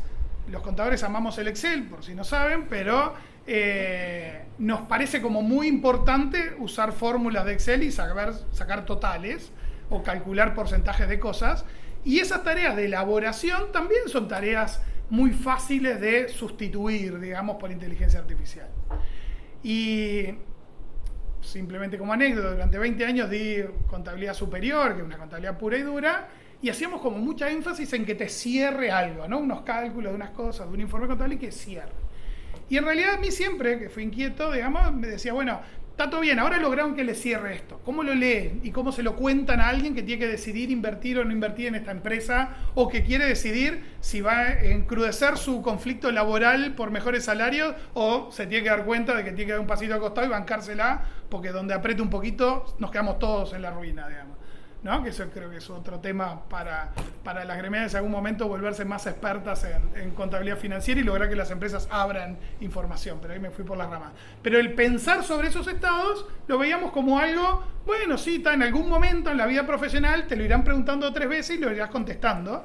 Y hoy la parte de cerrar el estado contable es menos relevante que la parte de explicárselo a alguien. Y más todavía, ya no solo se trata de interpretar los datos, que eso también la inteligencia artificial lo puede hacer, sino de apoyarnos en otras cosas que a lo mejor son la empatía, que son lo de mirarnos a los ojos. Los docentes, que somos otras cosas, bichos, que nos encanta la autoestima, digamos, estamos convencidos que zafamos de la automatización y de la inteligencia artificial por esto que estamos haciendo cada uno de los que pasamos por acá. Tratamos de mirarlos a los ojos, tratamos de ver cómo funcionan nuestros chistes en función de las caras que ustedes ponen y uno va adaptando su charla. Y obviamente mi charla no era lo que yo iba a hacer porque vino Julia y habló un montón de cosas que yo iba a nombrar y vino Álvaro y dijo otras. Y bueno, y tenemos esa capacidad de adaptarnos al público, de adaptarnos a los que hablaron antes y por eso somos más flexibles quizás que una inteligencia artificial. Y después tenemos otras tareas que requieren de construcción. De construcción en el sentido de que a lo mejor la tarea sigue siendo válida, pero ya no la vamos a poder hacer de la manera que la hacíamos antes. Un caso que pasó en pandemia fue cómo supervisamos a las personas.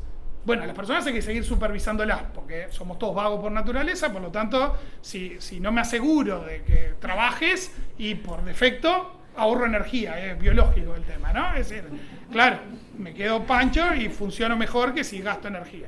Se lo dice alguien que sufre obesidad.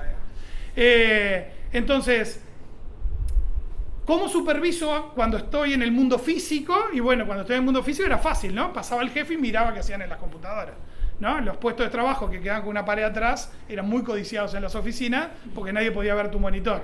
Y los que estaban en pasillos y con ese esquema de oficinas abiertas, por ejemplo, generó todo un esquema de supervisión en base a mirar lo que hace la gente, que fue como nuestra gran evolución de marcar tarjeta, ¿no? A pesar de que seguimos marcando tarjeta, pero además le miramos el monitor a la gente. Cuando pasamos al mundo online y el marcar tarjeta no tenía sentido y el mirar pantallas no tenía sentido, tuve consultas de colegas, cuando empezó la pandemia, decían, ¿conoces algún software para saber lo que están haciendo en las pantallas?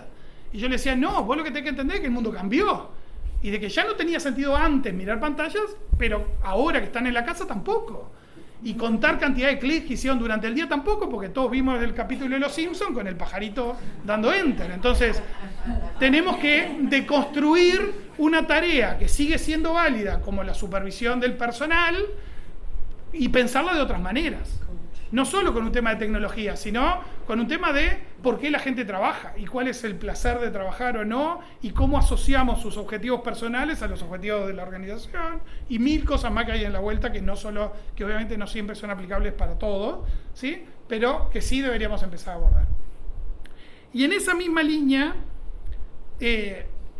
hay un tema que entonces no es solo un tema de formación, como decía, ahí era donde iba a entrar el tema que al final terminé diciendo primero, que no es solo un tema de formación, esto no se resuelve con más nivel formativo, porque porque en realidad impacta de manera muy diversa. Entonces hay que hacer un estudio como muy profundo de las tareas que cada uno de nosotros hace, ¿no? Y para los que somos educadores, pensar para qué tipo de tareas estamos formando, ¿no?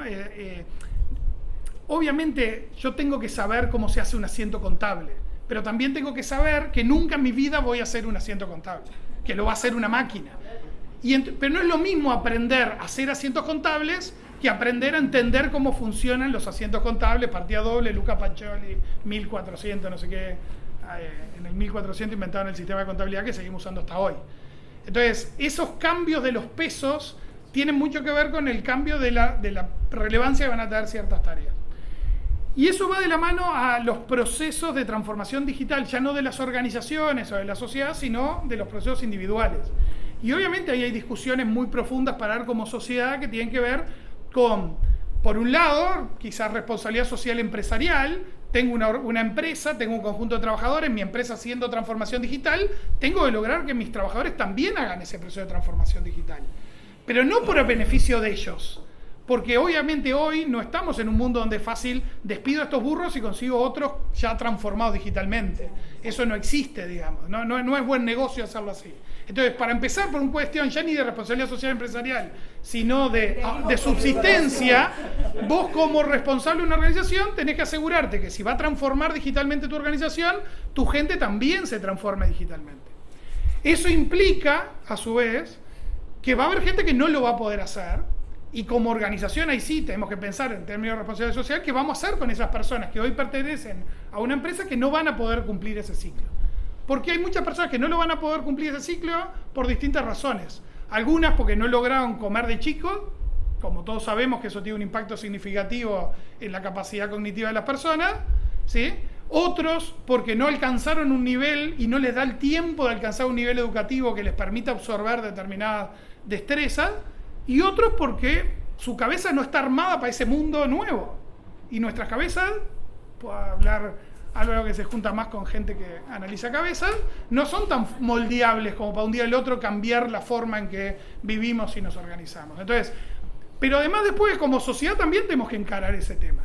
Si estamos diciendo que la automatización y la inteligencia artificial aumentan la productividad, como sociedad tenemos que discutir quién se va a quedar con ese aumento de la productividad. Ahora que viene campaña electoral y que todo el mundo habla de productividad y que todos los partidos van a hablar de productividad, la verdadera discusión no es aumentar la productividad. Todos estamos de acuerdo que hay que aumentar la productividad. Porque si vos aumentás la productividad, lo que significa es tener más resultados con el mismo esfuerzo. ¿Y quién no quiere tener más resultados con el mismo esfuerzo? Todos. Bueno, ahora el tema es cómo distribuimos esos beneficios. Puede haber una visión de juntémonos en los consejos de salarios a discutir la distribución de los beneficios, pero también haber que discutir a nivel de la sociedad en su conjunto cómo una empresa 100% automatizada y utilizando inteligencia artificial casi sin uso de fuerza de trabajo va a aportar a la mejor vida de la sociedad en su conjunto. Y esas discusiones va a haber que tenerlas.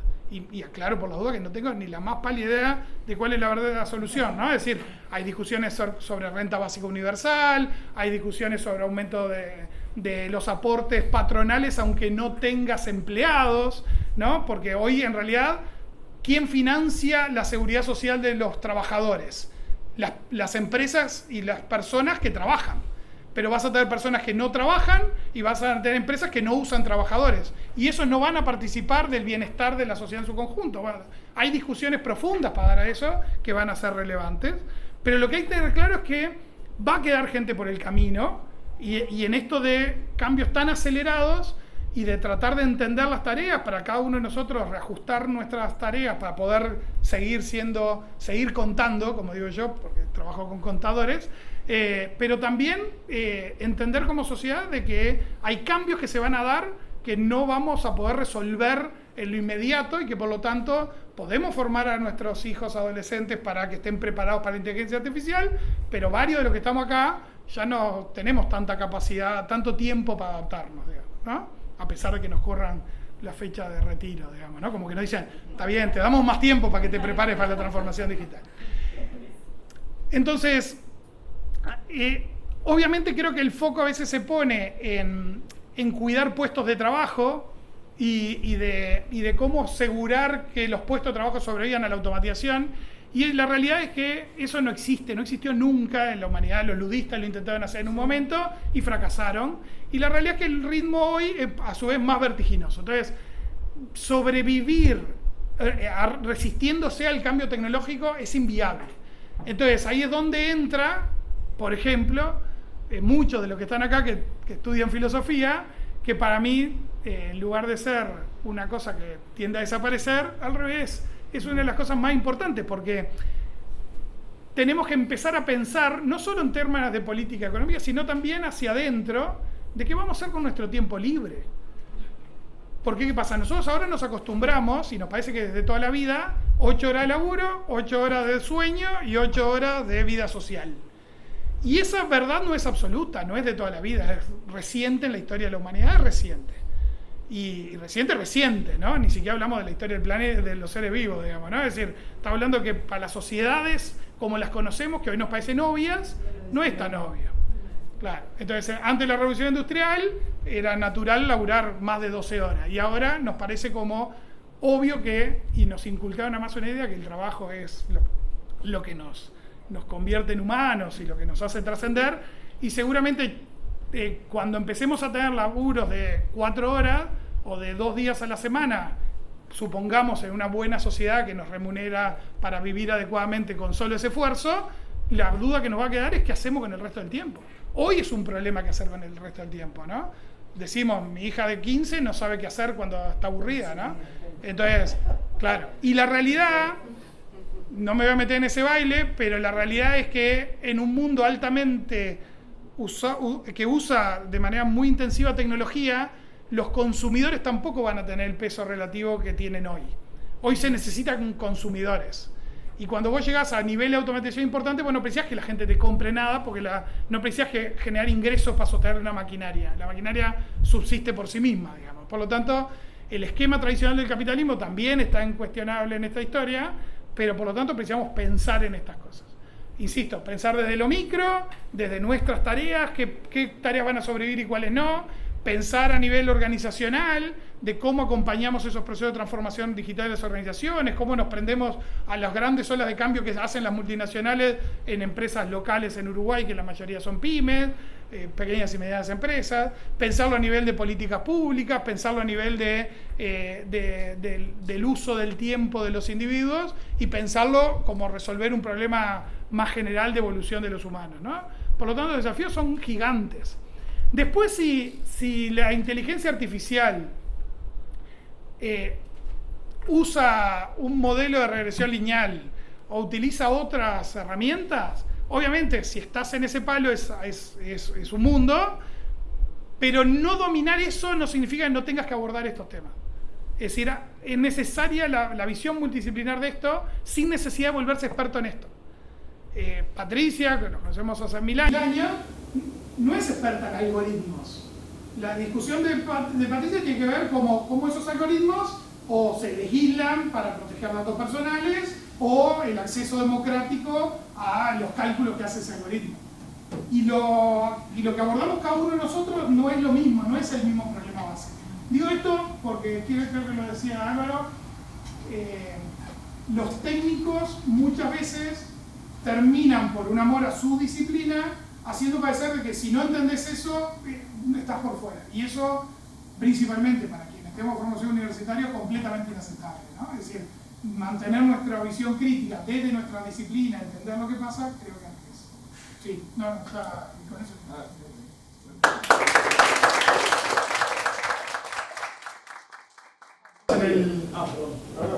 Que entramos en el último bloque, vinculado con... En cuestión de las regulaciones y los aspectos legales, lo va a llevar adelante Patricia, que también fue nuestro contacto con DATISOC y ha sido la persona que nos ha ayudado a poder sacar esto adelante. No la única, pero bueno, nos dio una mano enorme. Es docente de la Unidad Académica de Tecnologías Educativas, de ANEP. Es abogada y es magíster en Relaciones Internacionales. Y bueno, también es co-coordinadora de DATISOC, que es la asociación que nos ayudó tanto. Le agradecemos mucho. Muy bien, muchas gracias.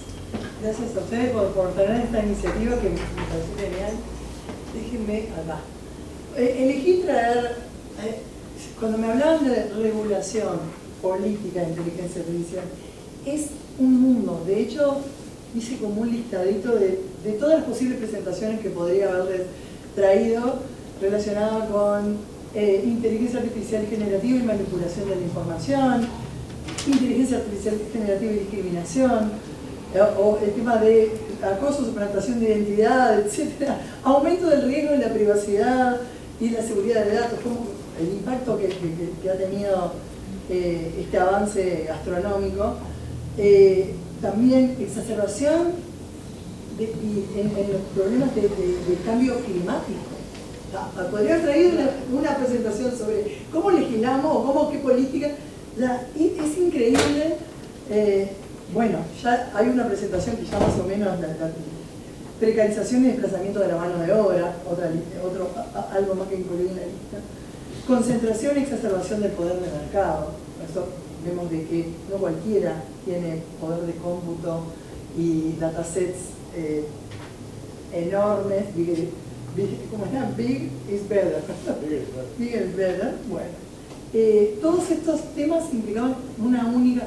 No quería dar. Si daba todo esto no daba nada.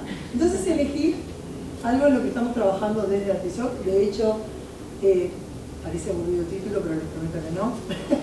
De hecho, es una de las principales cuestiones que empezaron a surgir cuando salió la inteligencia artificial y ahora qué pasa con los autores.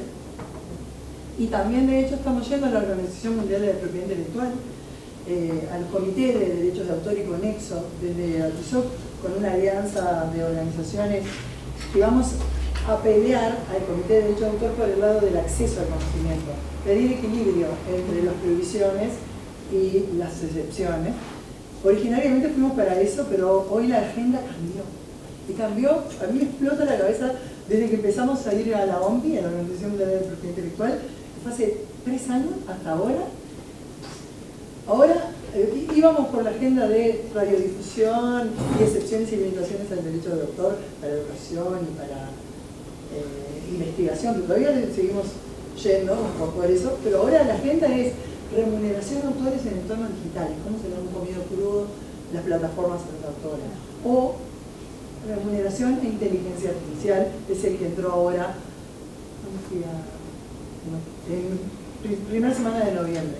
O sea, estos temas se están hablando en foros internacionales y lo que quería traer es, bueno, explicarles mínimamente, de forma muy breve, este tema.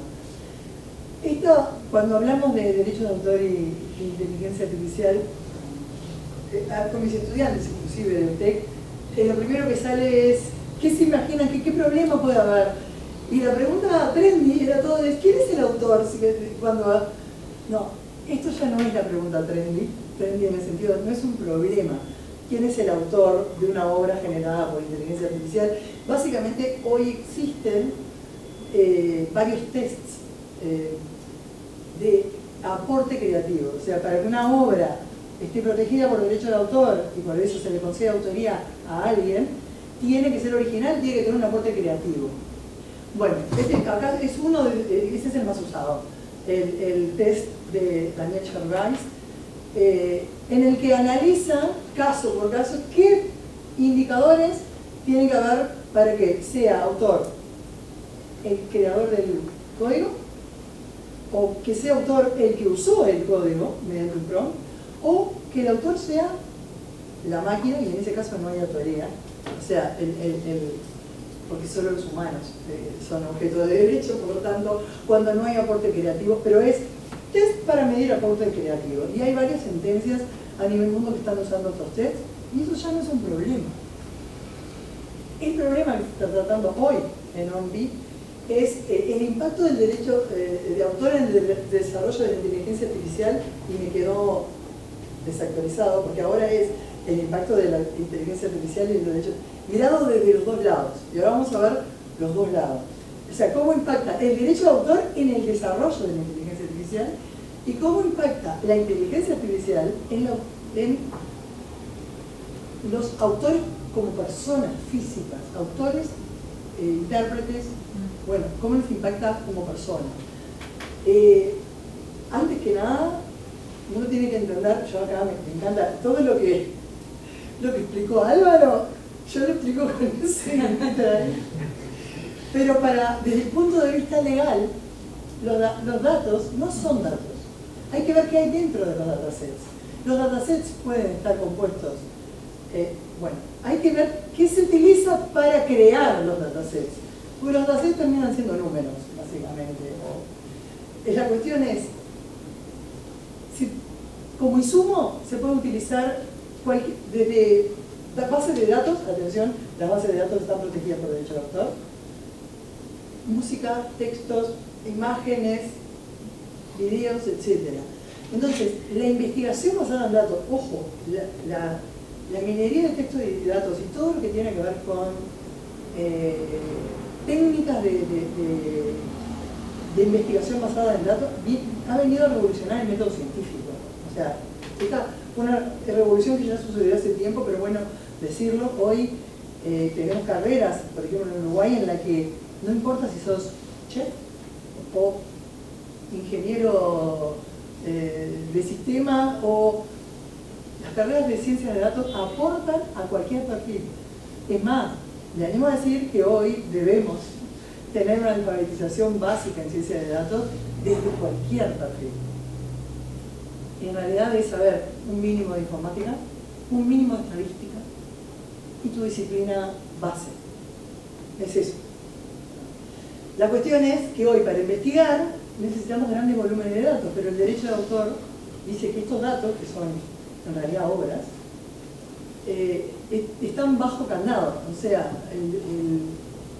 el derecho de autor, todos los derechos reservados en los libros, cuando se venían CD, ¿recuerdas cuando se vendía eso? Bueno, daba vuelta el CD y decía todos los derechos reservados. ¿Eso qué significa? Es un resumen perfecto de la ley de derecho de autor. Las leyes de derecho de autor le dan control absoluto a los autores sobre qué se puede hacer con su obra. No solo la reproducción, distribución, puesta a disposición. Entonces no importa que estén en internet, por eso estamos peleando por excepciones al derecho de autor, por ejemplo, para educación.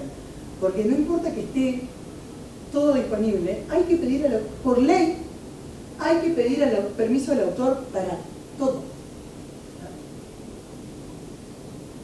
Iba a irme por el lado de las excepciones, pero mejor no.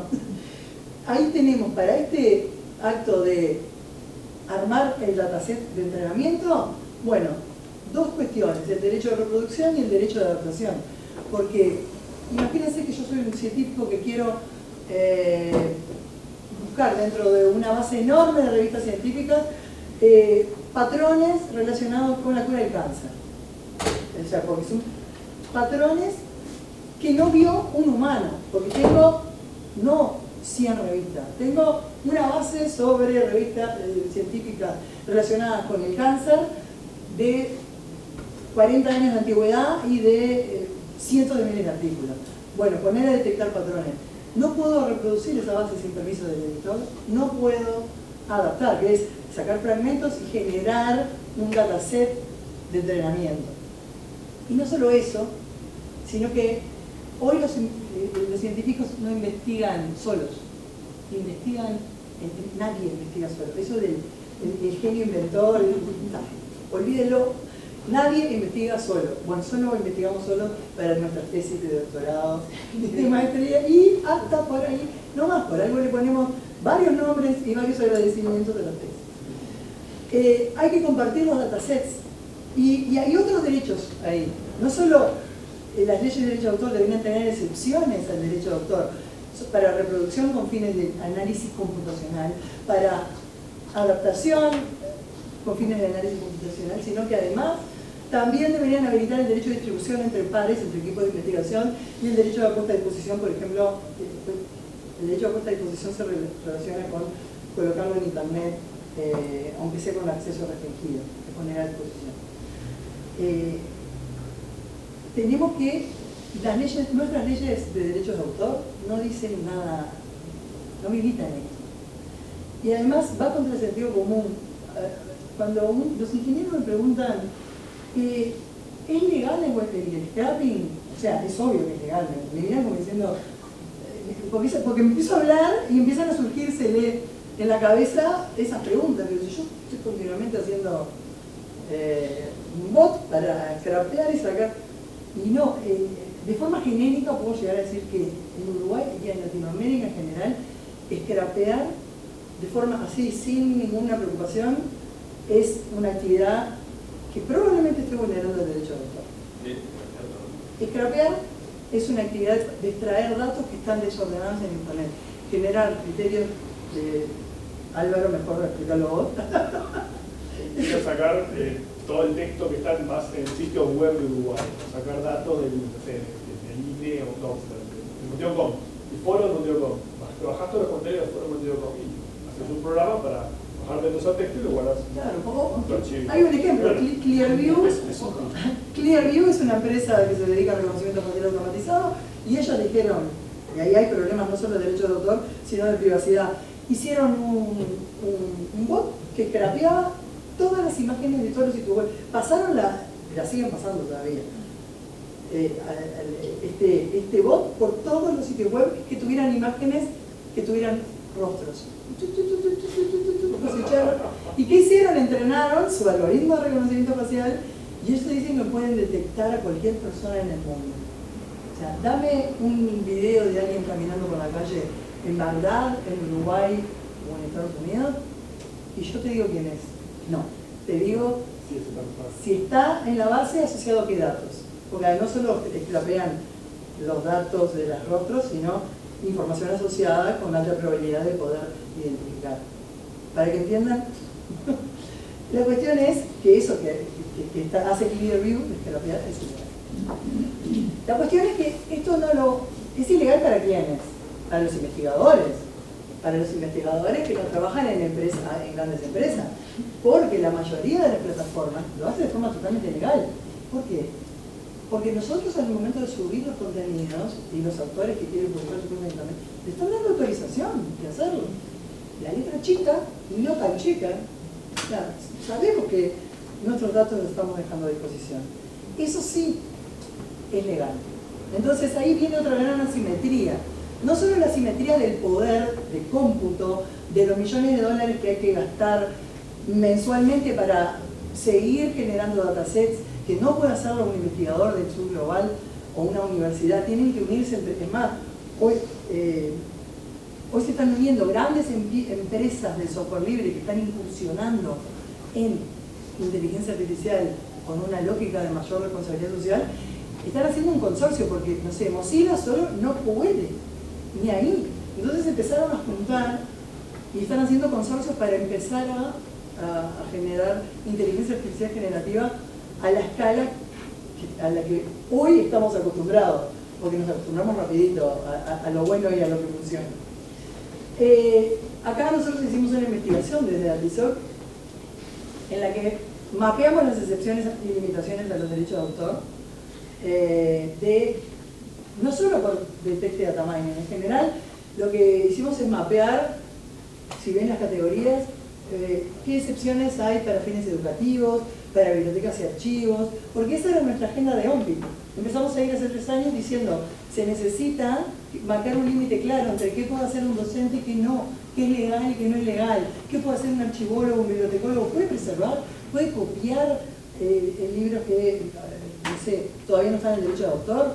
¿Es legal copiar la prensa de la época de la dictadura por los 50 años de la dictadura? No, la respuesta no. En Uruguay no se puede. Bueno, pero además hicimos el mapeo de las nuevas tecnologías y el Text Data Mining. Ningún país de Latinoamérica considera que es legal hacer esto. ¿Qué está pasando? ¿Qué está pasando? Porque esto no es noticia. Nosotros somos consumidores de tecnología del norte. Pero en el norte, todos los países, Europa, Canadá, Estados Unidos, China, Japón, ahora no me acuerdo, Singapur, bueno, todos los países que son desarrollando y están especializándose en el desarrollo de inteligencia artificial, tienen las reglas del juego claras y se han generado igual muchos juicios. Nosotros no tenemos excepciones. Perdón, acá tenemos algunas empresas que están empezando a usar empresas de inteligencia artificial, soluciones de inteligencia artificial. Sí, Lo mueven. Digital Sense, con Sí. Javier. Multilert, todo eso. Bueno, sí, ya estas conversaciones las hemos tenido. Ella me dice, shh, no des tu clase. Bueno, es que no pasa a ser el derecho de autor, la propiedad intelectual en general, el seguimiento de la ilegalidad es de resorte privado. Hoy no está en la agenda de nadie salir pero ahora vamos a ver que va a estar, y porque ya han salido estos temas. Bueno, otro mapeo, lo salto de acá. La cuestión es que nosotros quienes, las organizaciones que peleamos por el acceso al conocimiento, queremos que se generen excepciones al derecho de autor para investigación. Sin lugar, y otro. La cuestión es que nos confunden muchas veces, porque lamentablemente estamos alineados con los intereses de otros. Y no es tan fácil. Nosotros cada vez que vamos al Parlamento a pedir este tipo de excepciones para poder, por ejemplo, hacer investigación basada en datos, nos dicen, bueno, el argumento Google, ¿no? A ustedes les paga Google. Y no es así. La cuestión es que están alineadas, pero por intereses diversos. Acá el ejemplo de Google haciendo lobby en Australia para levantar las restricciones de derecho de autor. Google también hace lobby. Pero hay más de una campana y debe tomarse en cuenta el equilibrio de derechos. Y entonces, por ejemplo, acá les traigo algunos reportes de prensa. En las plataformas DALL-E o Midjourney o Stable Diffusion utilizan algoritmos que son capaces de crear imágenes, recrear estilos de artistas vivos y en potencial competencia con los mismos artistas. ¿Y cómo han sido entrenados estas herramientas de inteligencia artificial generativa? Con obras de artistas y artistas vivos. Entonces, por eso vamos a escuchar las dos campanas. Otro ejemplo. Este es un recorte de prensa de que antes de la industria musical tenía miedo de los torrents, ahora le tiene miedo a la IA. Ustedes tienen, por ejemplo, algunas herramientas de IA generativa como Songmaster, Acapella, Remove Vocals, ¿qué es lo que hacen? Editan de forma súper profesional, pero no solo editan, de ahí viene el tema. Si vos le alimentás con toda la música de Bowie, te genera un nuevo tema de Bowie. Y así seguir. Otro ejemplo, bueno, este es el de GitHub y Copilot. GitHub es un repositorio de bases de datos y software que hace ya un tiempo sacó una herramienta que es un asistente para las personas que están codificando, que sugiere código en tiempo real. O sea, vos utilizás el asistente de GitHub, estás programando y decís, quiero hacer, yo no lo sé porque no lo usé porque no sé programar, pero supongo que es, necesito hacer tal función y lo único que tenés que hacer es corregir el código. Pero, ¿cómo fue entrenado el Copilot? Fue entrenado con el código que depositan los usuarios de GitHub, que son los propios programadores. Y, bueno, de ahí se preguntan los programadores, ¿puede ser que esta herramienta que ahora nos sirve de apoyo tipo asistente, en algún momento nos pase por arriba y codifique por nosotros?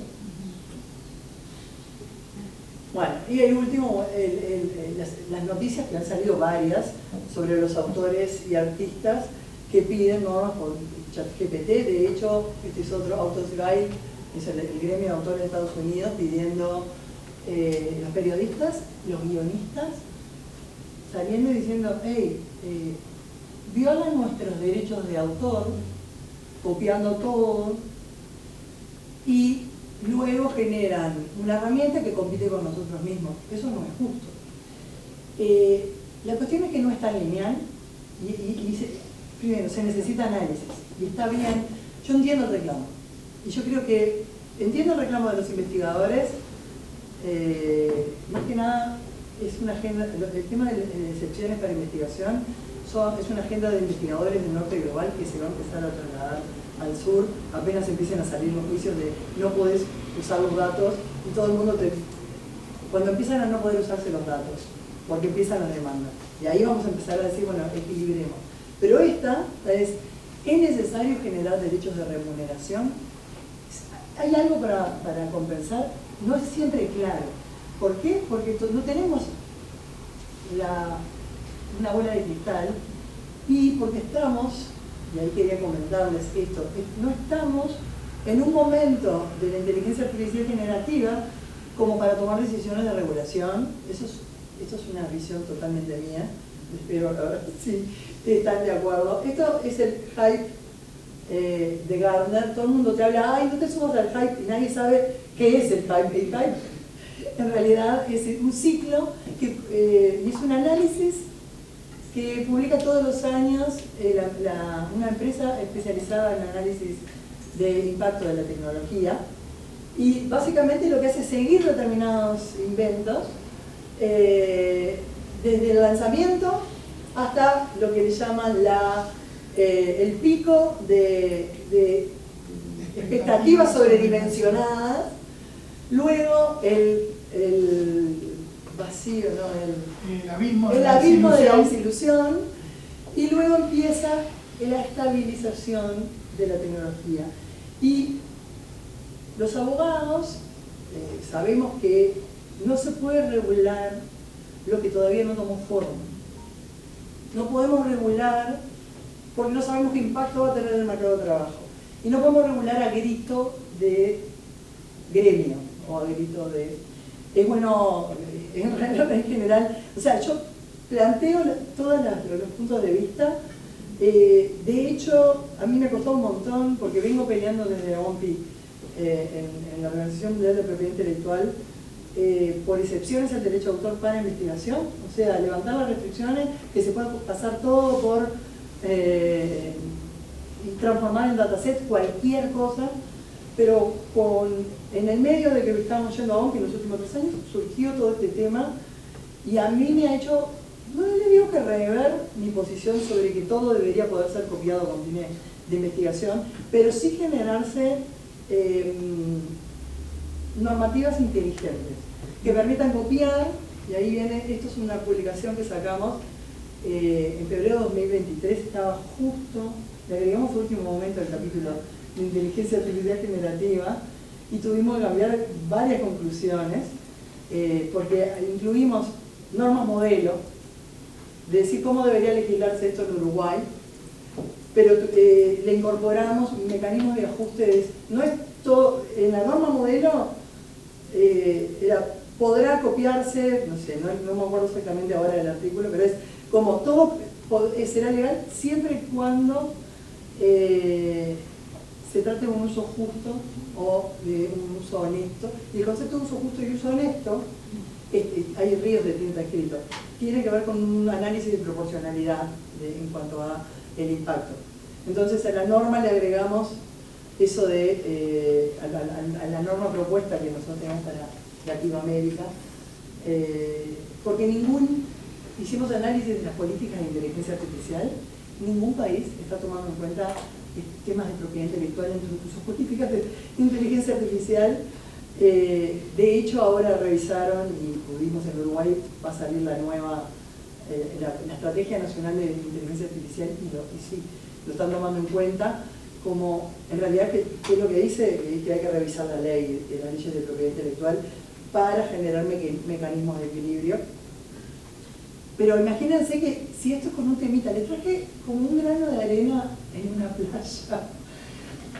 De esto, por eso arranqué diciendo de todas las presentaciones que podría haber hecho, y tenemos un problema de que el legislador no puede seguir esto.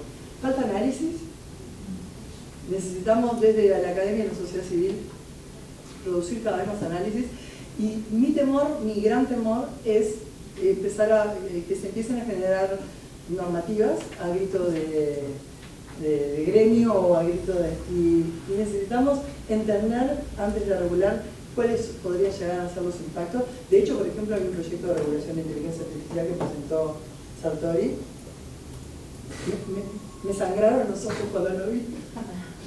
Pero bueno, en realidad es la copia textual de un capítulo, de un artículo, del artículo 52, del proyecto de ley de inteligencia artificial europea, que todavía lo vienen discutiendo hace 5 años.